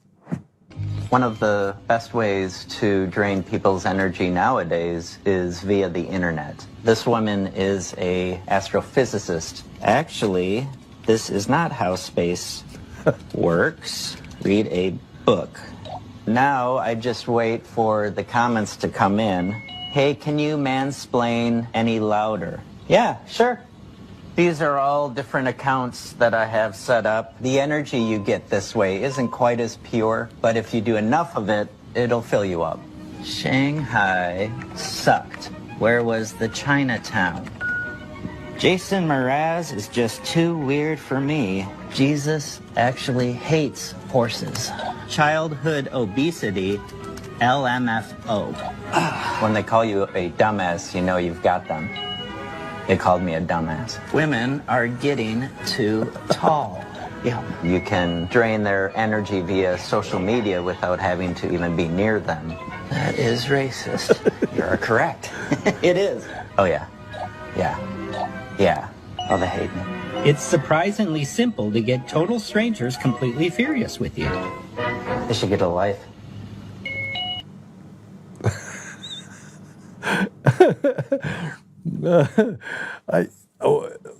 I have new meaning. I got past the part where you actually care what people think now, and I just care about my people, and I'm going to stay focused on that. But I thought you'd want to see that. But getting back to draining of energy and the people, what the radical left does is they lie with such a straight face, but they don't really say anything. And in this, we got to talk about what happened this weekend. First, let's put up this post about Cody Davis. So here's Mark Cook's post. I want to know when Cody Davis of Mesa County Commissioners is going to stand up and share what he told me his thoughts were on Tina's sentencing as well, directly when he's presented with the evidence in Mesa County Reports 1, 2, and 3 in his office, including the backdoors and the voting systems that allowed bad actors to manipulate the results without the citizens finding out. Now, here's what I think Cody doesn't know, is that I'm pretty sure that they recorded that because you don't have to. It's a one-party state in Colorado. And so Cody's about to get caught in a little bit of a lie here in a lot of ways. Cody, please take the floor and share with everyone what you told me in your office. You have an opportunity to right some of the wrongs that otherwise could be a problem for you later. This is a good opportunity for you here. I do hope you'll do the right thing. It doesn't look like he is active on X, so if the citizens of Mesa County should make sure he gets an offer, I would be most appreciative. Here's the problem. He's the one that went to Victor Marks and tried to convince her, not him, not to pardon Tina. And by the way, Victor Marks changed his entire platform as a result of this. There's more on Victor Marks we're going to have to uncover here in a bit, but I don't want to get in the mud. But I will tell you that there's been some stuff that's come out in the last couple of days that's going to be problematic for him. But he's also squishy. He says, I'm not a politician, but he is. He talks about God as if he holds God to a high regard. And he's institutionally dishonest, especially when it comes to Tina Peters. And he stepped on President Trump. He stepped on him. He basically said, I don't care what President Trump says, I'm just going to commute her sentence if I become governor. But Senator Bennett posted about Tina. And I want to put this up because, again, it's designed to lie and to get people to believe that lie. So let's go put up his post. Tina Peters was convicted of a jury of her peers for election tampering. We cannot bend to Donald Trump's lawlessness and corruption. Okay. Let me explain something to you because Mark responded to that. And this is what Mark had to say. You're a crooked piece of crap liar. She never tampered with an election. The election was over. And the tampering happened inside the system. Tina Peters exposed the tampering. There's no way you were this stupid. So in fact, you were lying to the citizens of Colorado. Do you think that you're going to get away with it? Do you think you won't be forced to answer your actions? Buckle up, demon. You mess with the wrong people. So let me explain to you, back to my post that I put on Saturday, that something is going to happen in the next couple of weeks. I truly believe that. And, you know, I hope it's within the 2 weeks. I hope it's within 2 days. But I think that the left is got to be panic over what's happening. And if they don't, then the deep state's already won, and that means they hold all the cards in the administration. So I put up this post, and this is a post that I put up about where are we headed towards. Let's go ahead and put that up. What are we headed towards? What is the difference between the states being captured by one by a fraternity of traitors, state by state today, and what we experienced 160 years ago with the traitors that we had to put down in the Civil War? It is the same. This is an insurrection. When fraudulent elections lead to density of radical communists in every level of government, we are in fact in the middle of an insurrection. It is time to take back what was never theirs to take. It is time to break the back of the devil itself, arrest no machines, no mail-in ballots, and stop sniffing the ass of what we know is the problem. It is time. Man, I believe it's time. We have got to stand up. We have got to get rid of the machines and mail-in ballots and hold these people accountable. President Trump is 1-0. But I will point out what I said before, and that is I think we're in a place right now where it's temporary. Everything that President Trump is doing right now is not supported by this singular aisle that exists in Congress. And President Trump took a couple shots at people that then stepped away. Marjorie Taylor Greene, right? We see what's happening with some other people, and I have to tell you this, Mr. Trump, or excuse me, to President Trump, I apologize. I did not say Mr. Trump. To President Trump, that maybe people that are inside your circle don't want you to like certain people because they truly are the alliance and the people doing the good work for you. I do know that this is the case with me. I have been attacked by people that said that I am not America first or I'm not MAGA. No. I'm a guy that would support and take a bullet for President Trump. That's what I would. But I'd also take a bullet for any American that was out there that somebody tried to do harm for, or to. So I want to talk about President Trump really quick, because I talked about that post and I said, here's my problem. And we have to be honest about it. We have people that are putting posts out. Let's go back to that post. Before we do this, let's go back to that post, because the left just went unglued, and that's the Ray Richards post.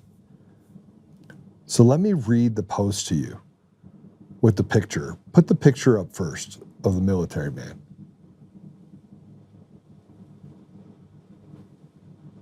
You see that picture? That's an AI picture. That's not a real picture. That's AI. Now let me read to you what was underneath it. And this is the propaganda. This was actually created by Antifa. It was put on Antifa sites first. And then from there, they built this environment called Antifa Left, Right, Independent. So now they're trying to do is create an environment where Antifa is left, right, and center. It's not. It's got 472,000 people that are following it. And what people are doing is that they're grabbing that and they're putting it out there. This one was put out on January 8th by Ray Richards. I need to say something that has been bothering me for a while. And I'm saying it as a Marine Corps veteran who leans center right. See what they're doing? They're saying that I'm center right. So I'm just like you. Okay? This isn't partisan. This is observation. We've slow faded into accepting militarized police as normal, and nobody seems to notice or care. Even as a Marine Corps pilot, I went through 6 months of infantry training as an officer before flight school. I've worn the gear, the helmet, the tactical vest, the whole kit. And I can tell you from experience, it changes you. There's a psychological shift that happens when you strap that stuff on.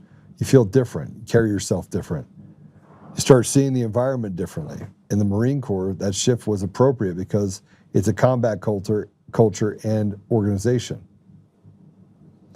But these are American streets, American citizens, and we've got law enforcement dressed like they're kicking down doors in Fallujah to serve warrants in suburbia.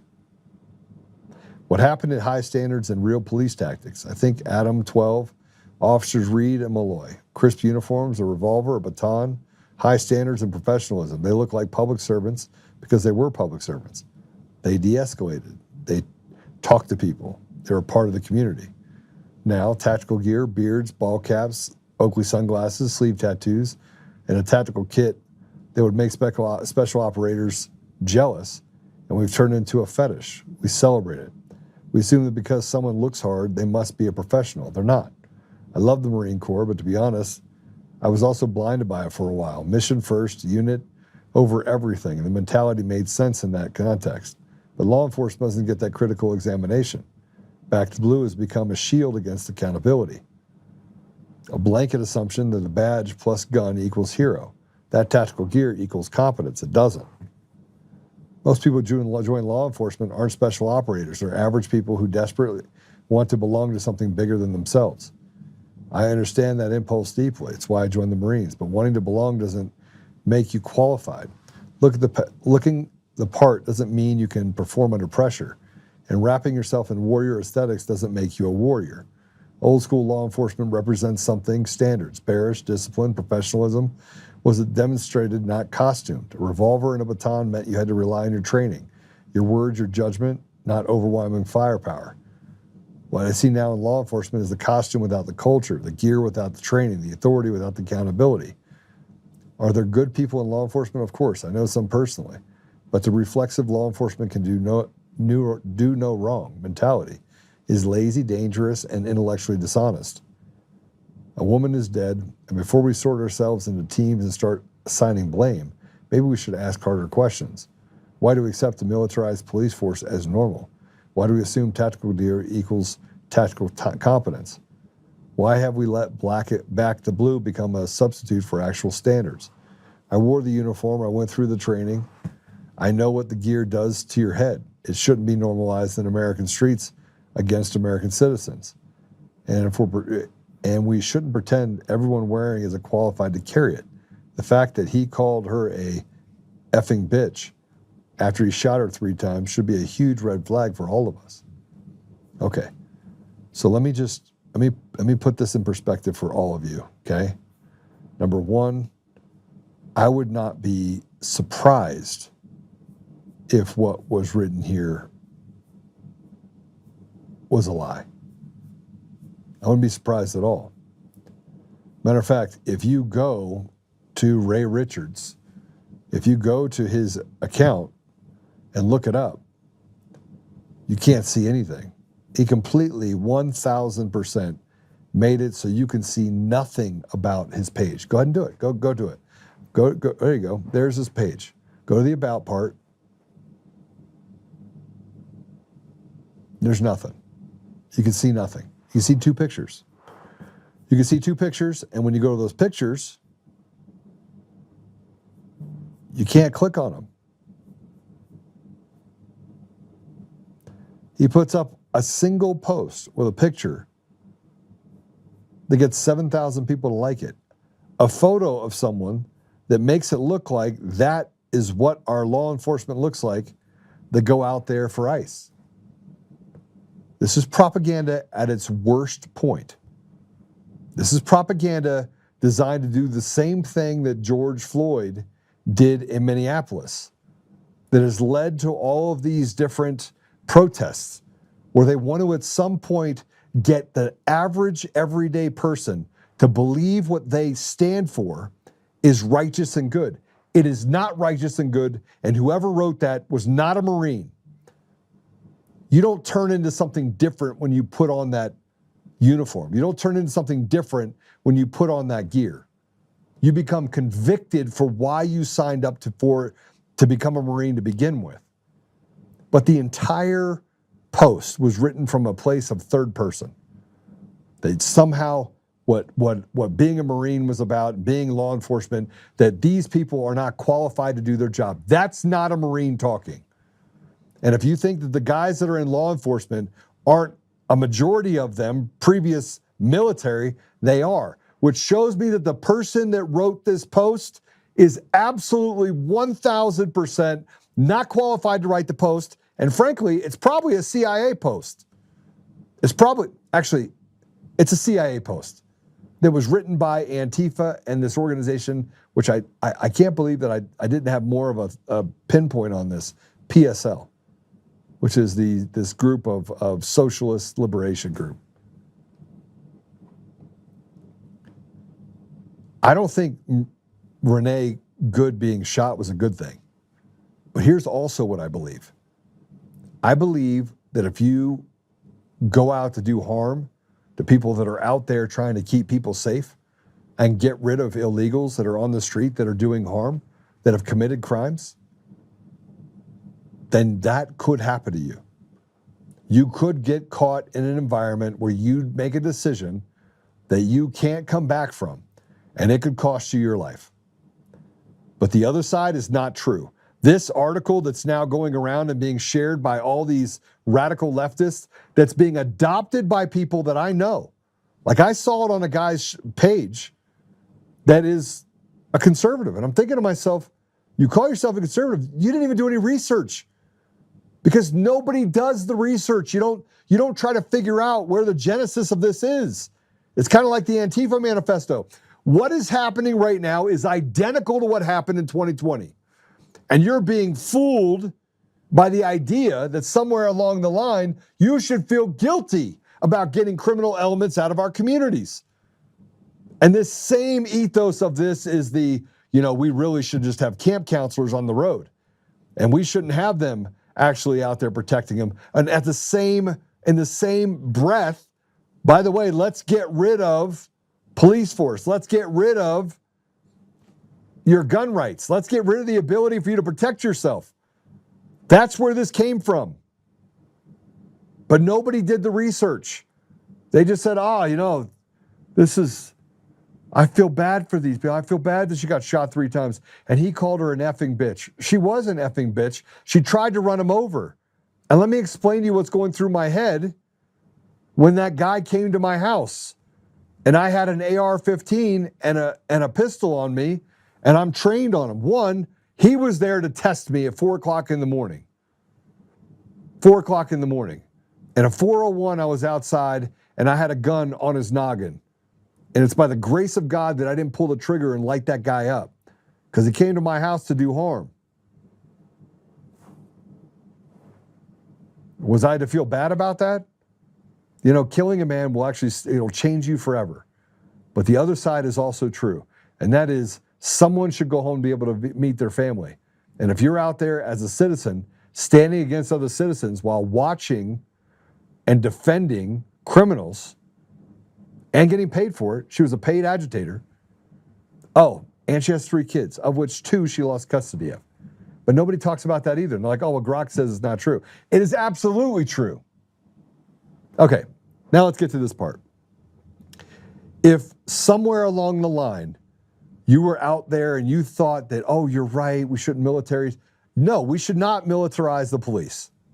We shouldn't. ICE is not militarizing the police. ICE is there to get rid of people that shouldn't be in our country and stop. And to stop the victimization of our communities.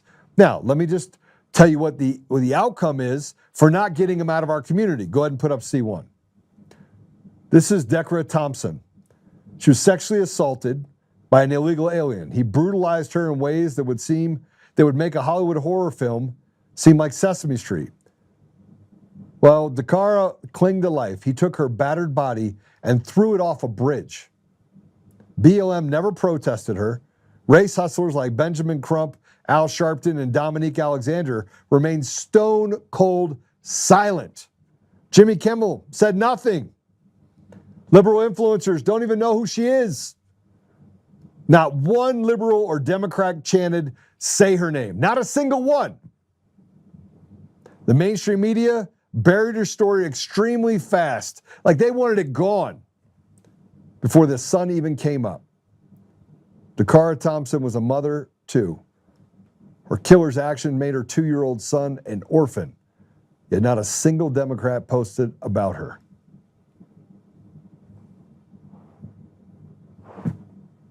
How many times? How about the 11-year-old in Colorado Springs that was raped by an illegal? Should we talk about the DUIs of the illegal? And oh, it was just a DUI.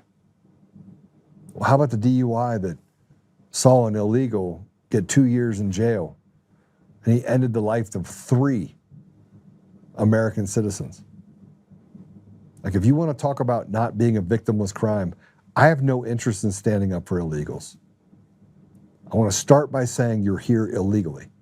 Now, whether or not we allow you to stay or we push you out and tell you to go is indicative of one thing and one thing only: have you broken the law? And if you broke the law, get out. If you haven't broken the law, if your parents were here illegally and you came in and you got an education, do I think there should be a separate path? Yes. But we're going to get rid of the propaganda in the school and start getting back to a place where we have a basis for truth. Because, frankly, we deserve it as Americans. We have been the daddy for people all over the world. Here's a protester, by the way.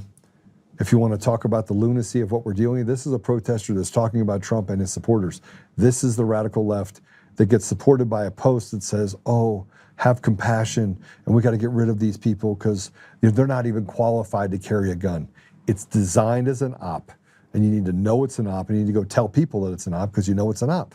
But here's the protester talking about Trump. Make sure you're not blocking any kind of traffic. You're going to see those Trump trucks coming around with their Trump flags. They're not waving American flags. They're waving those Trump flags because we know who they love. Do not get into arguments with counter-protesters. It doesn't work. If they're still on the Trump train, they are far too gone. You are not changing anyone's minds today. Turn around and just let them tire themselves out, because that's what happens. They eventually just go home. Let them honk, let them scream, let them do everything, because they've already made up their minds. They made up their minds to love and honor a pedophile. That's right. A rapist. That's right. An abuser. Whoa. A liar. A con artist. A cheater. A racist. a fascist, a dictator, a felon, a globalist, an imperialist, a white supremacist. Okay, first of all, they're all white people there. They're all white liberals. And the problem with those people is that they actually don't believe what they're saying. They don't care about black people. I asked my friend before I came onto the show. He came in to meet with me about something else having to do with business. And I was like, hey, so you think white liberals, you think they care about black people? He goes, no, he's black. I said, well, why not? We went through this whole thing. He goes, nobody cares about black people. He goes, and we talked about the difference between real racists, the one that are racist, and white liberals who basically betray them and treat them like pawns while destroying them. Who's worse? I said, at least you can hear the racists. They can tell you who they are. You see them coming. People over here are hiding, doing everything they can to pull you in the depths of hell. And this is, I want to play this. This is an interview conducted on the street about banning immigrants from Somalia. You'll probably guess what the political party is. Let's play it. Trump is banning immigration from Somalia. What are your thoughts about that? I think it's terrible. Why? I just think that there's a lot of bad things going on in Somalia, and we should be taking people in war-torn countries in. We should be taking them in. Well, we're trying to get people today to sign up to take in a Somali migrant. Would you be able to do that? I don't know. I'm not sure if I could or not. I don't live in New York. Well, that's okay. Where do you live? Massachusetts. We could send them to Massachusetts if that's all right. Could we get your name, email address, and then how many you'd be able to take in? I couldn't do that without talking to my husband first. I might be open to it. You might be open to it? But I would want to have more information first. Okay. Could we just get your information just in case you... Only because I don't know who you are. Oh, I'm Matt Miller. Yeah, no, I get that, but I do it through an organization. Okay. President Trump says he's stopping immigration from Somalia. What are your thoughts about that? We need immigration as a country. It's insane, the arbitrary stops that he's putting in on all these countries. You think America should accept in third world immigrants? He shouldn't stop it? We always have. We should. We should. Let me ask you, we're trying to find people to take in a migrant from Somalia. Would you be able to give us just your email and how many you would like to take? I wouldn't be available to do that at this time. You wouldn't be available? No. I live in Michigan. I can't do that right now. Okay. I mean, we could send them to Michigan if that's all right. We're just trying to get... You don't want to do it? Not at this time. Okay.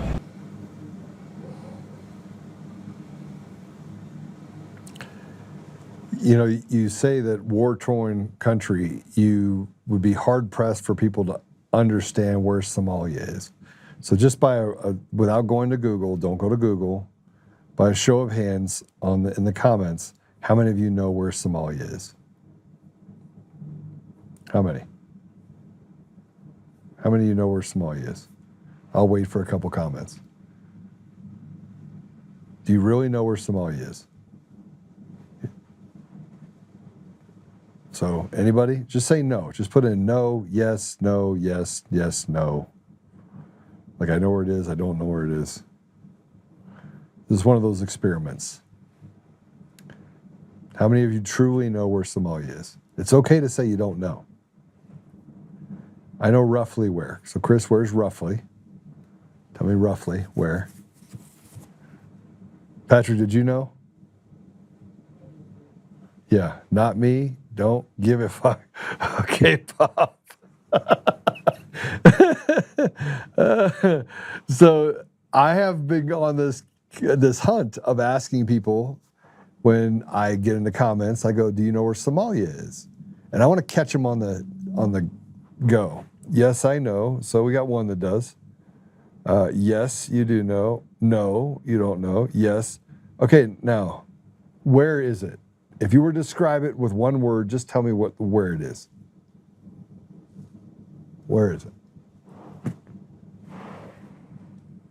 Okay, I think Northeast Africa. So you'd be right. Modtred said no. But where would it be?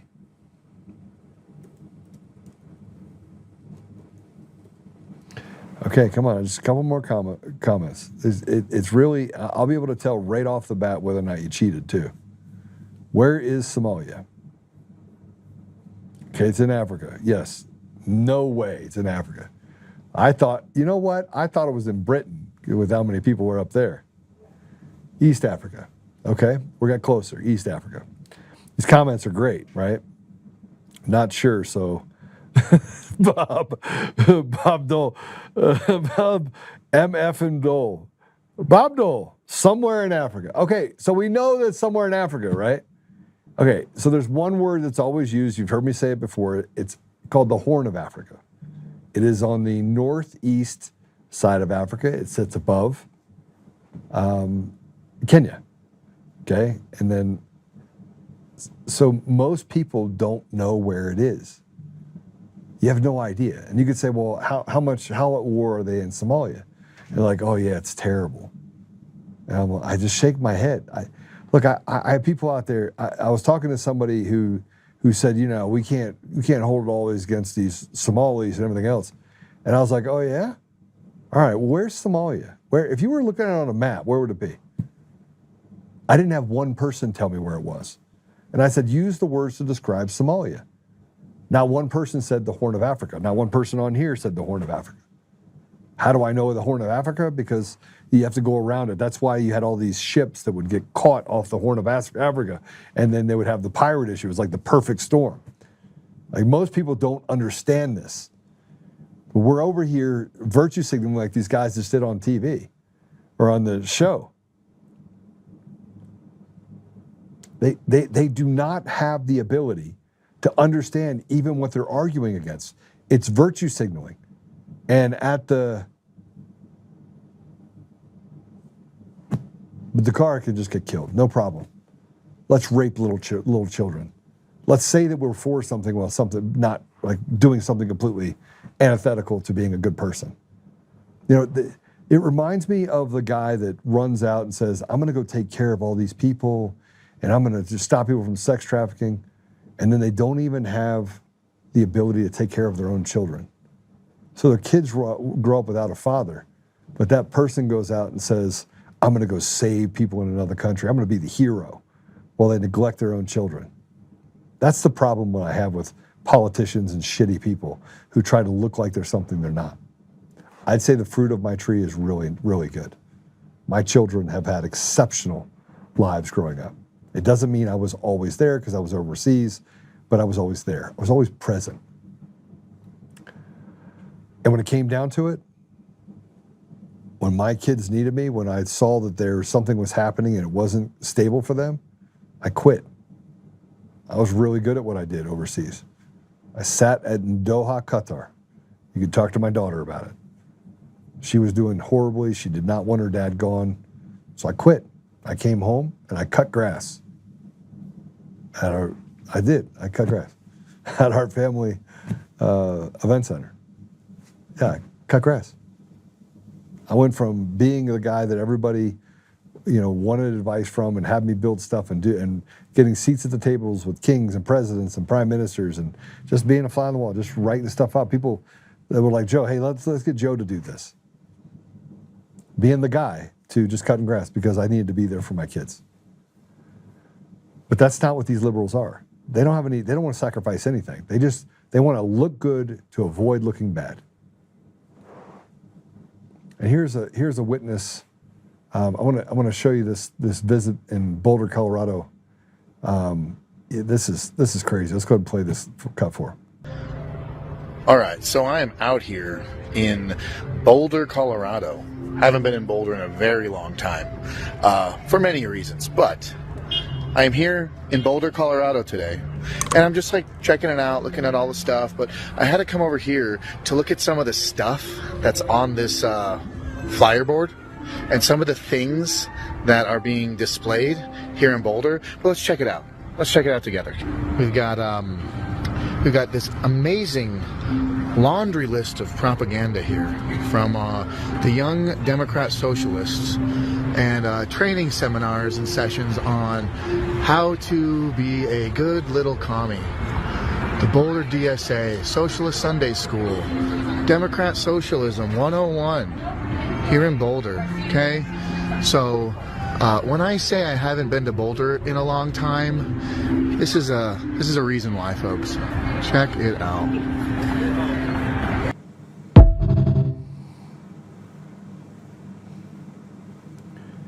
So this is another one. And by the way, this is why I know that the state of Colorado is completely red, minus what they're trying to create in Boulder, because even people in Boulder, they don't speak up because they're afraid of how they're going to get bullied by these people that put up those signs. I would rip all that shit down, by the way. Like if I was in Boulder, I'd just walk over and start ripping it all down.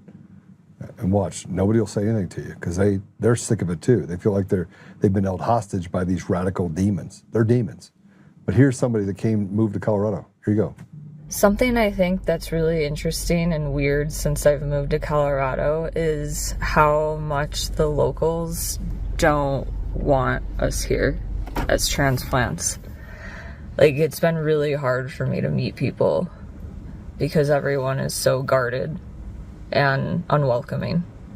It's been really shocking, honestly, coming from a city that's literally a melting pot of diversity. It's weird to me. I'm probably gonna get crucified or assaulted for making this video, but it's just been something that has stood out to me. It's true. People in Colorado don't like transplants. You wanna know why? Because you bring your radical shit here, which is what happened in Boulder, what's happened in Denver. But then you still don't represent the majority. And so you do things, you say you're gonna get crucified for putting that up there. People don't like liberals. Even guys don't wanna date a liberal chick. That's why liberal chicks date themselves. So sorry. I'm sorry I had to be the one to tell you, but the reason why you're a lesbian is because men will not date you, because you're awful. And obviously I'm talking about the radicals. I'm not talking about just a regular, normal, blue blood liberal, although you probably have some problems too if you voted for Kamala Harris. All right, so here's, and I think regular Americans are just fed up with what ICE has had to deal with. I'm not gonna tell you right now, I am not gonna stand against ICE, I won't. They get, the Cara, the one that had to lose her life, and her son is an orphan. Yeah, you go tell her family, you go tell him that you want to give illegals more rights. You want to give Somalis millions of dollars. You can't, the average black, white American can't go get health care. It's $2,000 a month per child. But Somalis get it for free. Illegals get it for free. Here, we're going to give you millions of dollars so your kids can have full daycare. And then they don't give it to them. They don't give it to them because they don't work anyway. So they just stay home with their kids. And then they take them to the area mosque or put them in the school and do this thing while stealing millions of dollars. It's become a grift against the American people. We're basically slaves to IQ 60 that they did it on purpose. Let's take as much as we can. And let's destroy the American people, the American dream. 56 cents on every dollar, let's give to the illegals. And if you're a black family, if you're a single mom, you have no chance. Zero chance. Here, let's play this. This is a video of anti-ICE folks using frozen water bottles. Let's see. Check it out.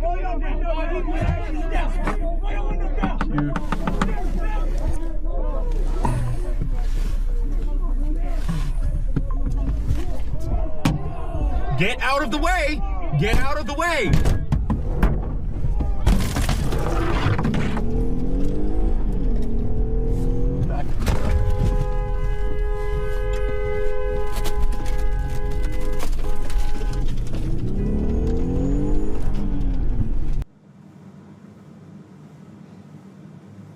Throwing frozen water bottles. Yeah. They put Vaseline on the windshields. Yeah, it's pretty crazy. It's crazy what they're doing. So I want to end today with some laughs. Okay? And then I'll pray us out. I got some prayers to give. Gammy is really sick right now, so I want to pray for her. And I want to pray for Dave, and I want to pray for my friend Jeff. And if you have some other prayer requests, I know that I had some that I'd say I'd do. Put it in the comments, please, and I'll pray for those as well.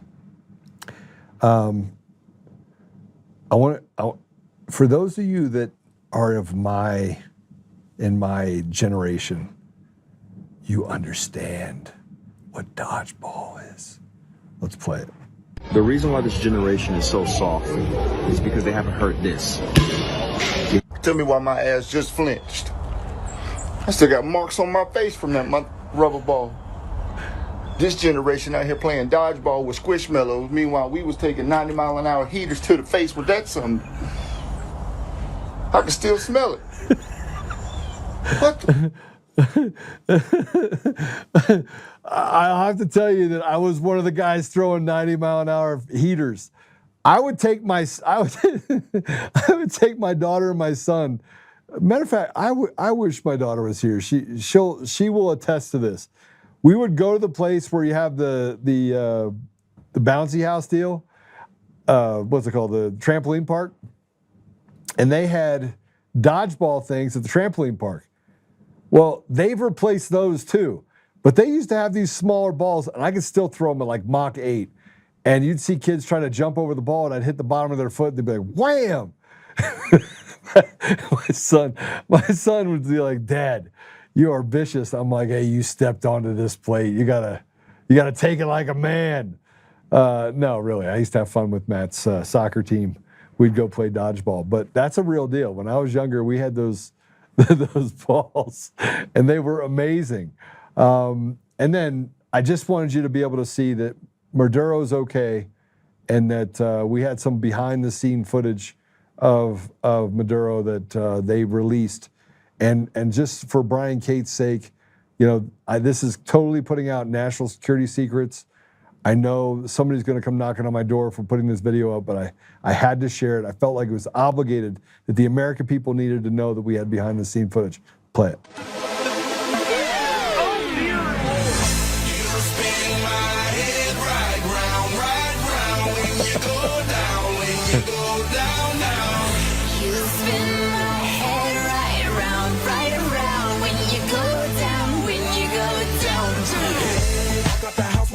Hop in there with Joe, I got places to go.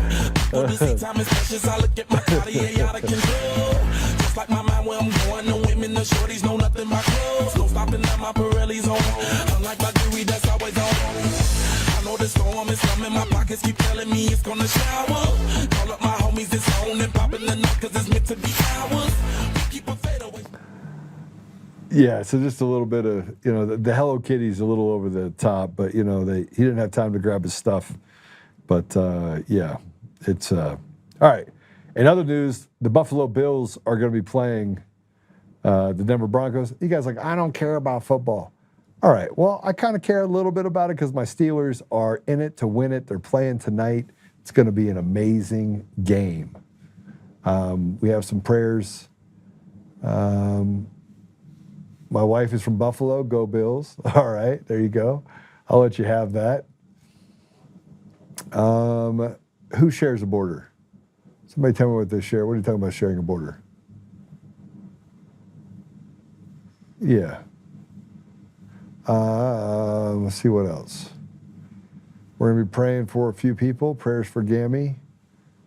The Bears pulled out a miracle. Yes, the Bears. And so just so you guys know, I was hanging out with my friend in Texas, and he came over. I haven't spent a lot of time with him here recently, but you're gonna hear his name a little bit more here in the future, hopefully. But he's like, if they don't score on this drive, 100%, it's over. And so we did this the entire game while the Bears were down quite a few points, and then they came back and won. So it was pretty awesome. For the Bears. Texans will shut down Rodgers. I can't hear you.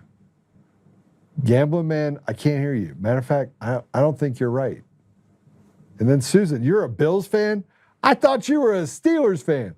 Do I have anybody that's a Steelers fan in the mix here? Any at all? Any? None? I'm going home, put on all my Steelers garb, and I'm going to go watch the game tonight. So I don't care what you say about the NFL. I don't care. The Steelers have never been woke, ever. So let's pray. Let's pray out the stuff. Apple Podcasts, Google Podcasts, Spotify, Pandora, iHeartRadio, TuneIn, and more. Just so you guys know, I am now on this like transformation deal where I'm working out every day really hard to get back to fighting condition. So we'll see how that works out. But Texas D is too good. Oh, Gambleman, what? You're a Steelers fan that's calling it against the Steelers? Say it's not true. Say it's not true. You and I need to have a talk. It's a problem. I'm going to just know. Steelers are going to win. All right. Let's pray it out, shall we? And remember, as always, you live in Buffalo? All right, well, you can be a Buffalo fan. They're going to be here in Denver, though. So maybe you have to come out here for the game. Watch them get beat. A grandson likes the Steelers. Good kid. Good old Davey. Thank you. What did you say? No. What? Allie, you're a Steelers fan. I made Allie a Steelers fan. She just doesn't know it. All right. Let's pray it out. As always, though, you are the ambassadors of truth. It was a great interview today. Go ahead and share it. Make sure that you follow us, give us a 5-star review, do all that fun stuff for us. And if you're on Rumble, go ahead and give us a thumbs up. If you're on YouTube, we're going to start doing more on YouTube. Kind of grow that environment as well. So let's pray. Father God, thank you. Thank you for the military leaders that were on today with us. Thank you for their wisdom.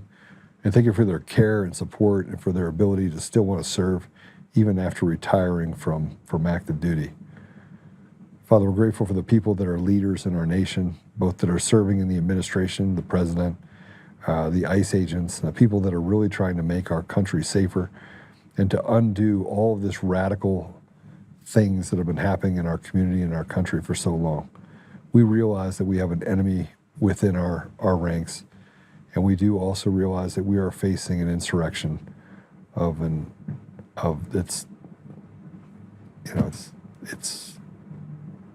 it's a real thing.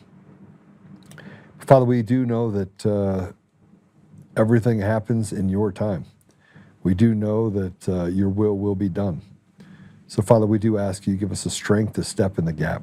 You give us the ability to be gracious and humble, while serving each other and binding ourselves together so that we can fight against this evil that we face. We do know that the ultimate goal is restoration, to restore you to every part of our life, and to make sure we live by the good principles of the great book. Father, we ask you to bless those that are sick right now. Gammy's sick, and we just ask you to heal her. We ask you to look out and look over her and to give her comfort and peace and to make it so she can get right back into this fight. We also ask you, Father, to help my friend Dave, who obviously is battling cancer. And let me kind of look for real quick, Father, on who else is in a bad place, if anybody put it in there.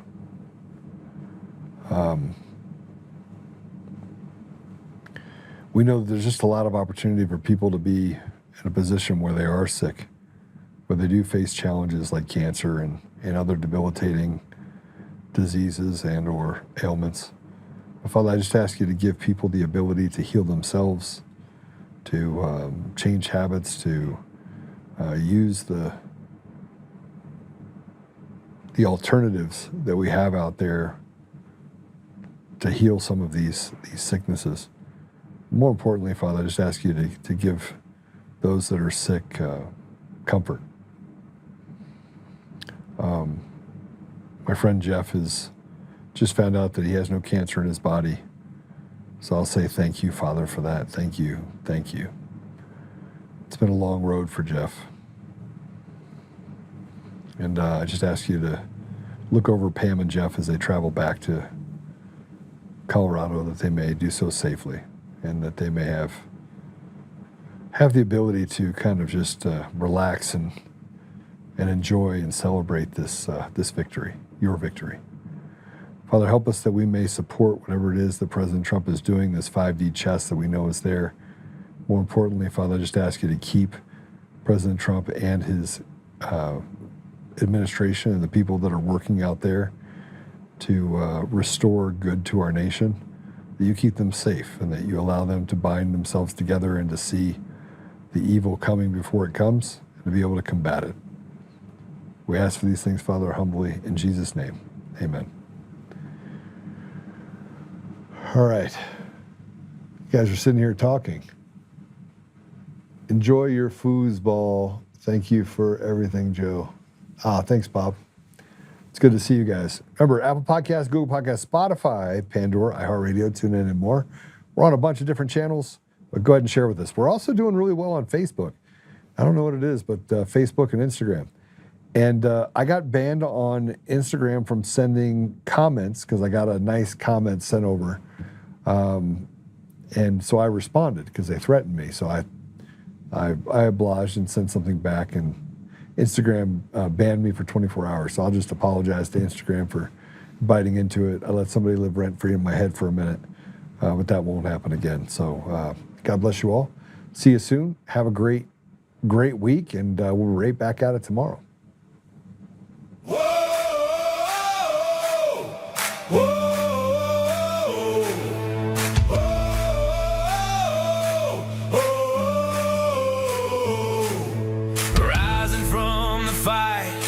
The forgotten and the free, exposing rigged machines, Kuma's lies, dominions deceit, pays $1 grand each day, shielding truth from corrupt halls, but he won't back down, standing tall through it all. Argentina Peters break the chains that bind her tight, hand count votes and one day bring the fraud to light. No more mailing scams, no machines to steal the night. Restore the people's voice, make Colorado right. Governor Oltmann, lead us bold and true. Badass for the have-nots, fighting through and through. Abolish property tax, cut the tolls away. Shrink the bloated state, let the people have their say. Enrollment, it's our rally call. Truth and freedom rise and watch the tyrants fall. Untamed Colorado, strong and proud. Stayed free. Help the single moms, bring back trade school strong. Opportunity for youth, where the brave belong. Audit every NGO, ban the wolves that roam. Reclaim our stolen land, bring the power home. Eric Kuma's fraud dominions, design, expose the stolen votes, cross the dangerous line. No more victimhood, no chains on you and me. He's running for governor for real liberty. Smash the fraud machine, pardon heroes jailed for the have-nots. Rising truth will never fail. One warrior defies the corrupt elite. Colorado reborn, strong on our feet. Governor Oltmann, lead us bold and true. Badass for the have-nots, fighting through and through. Abolish property tax, cut the tolls away. Shrink the bloated state, let the people have the say. Governor Oltmann, it's our rally call. Truth and freedom rise and watch the tyrants fall. Untamed Colorado, strong and proud. We'll be one man for the people, set our great state free.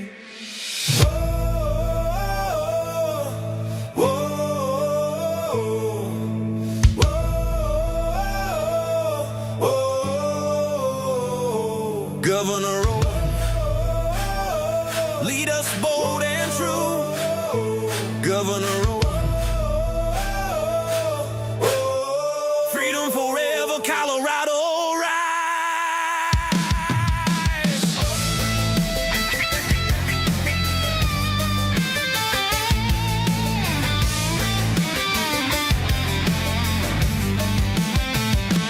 Governor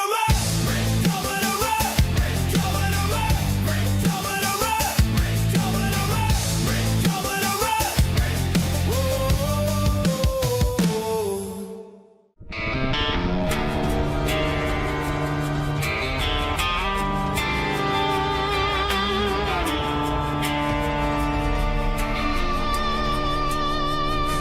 rise up untamed.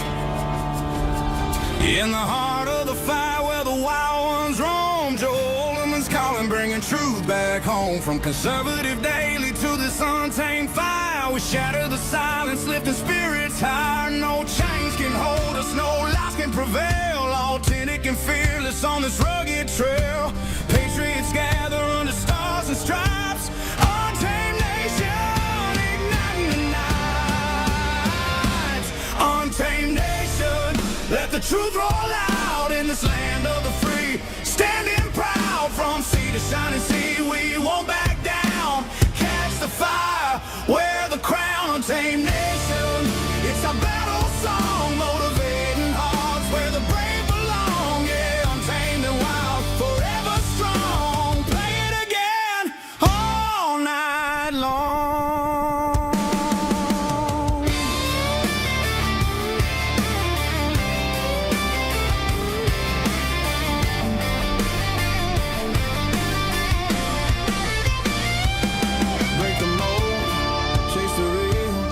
No more games, time to heal. Joe's voice leads the untamed crew. Truth matters through and through. Untamed nation, let the truth roll out in this land of the free. Standing proud from sea to shining sea, we won't back down. Catch the fire, wear the crown. Tame nation, it's our battle song, motivating hearts where the brave belong. Yeah, untamed and wild.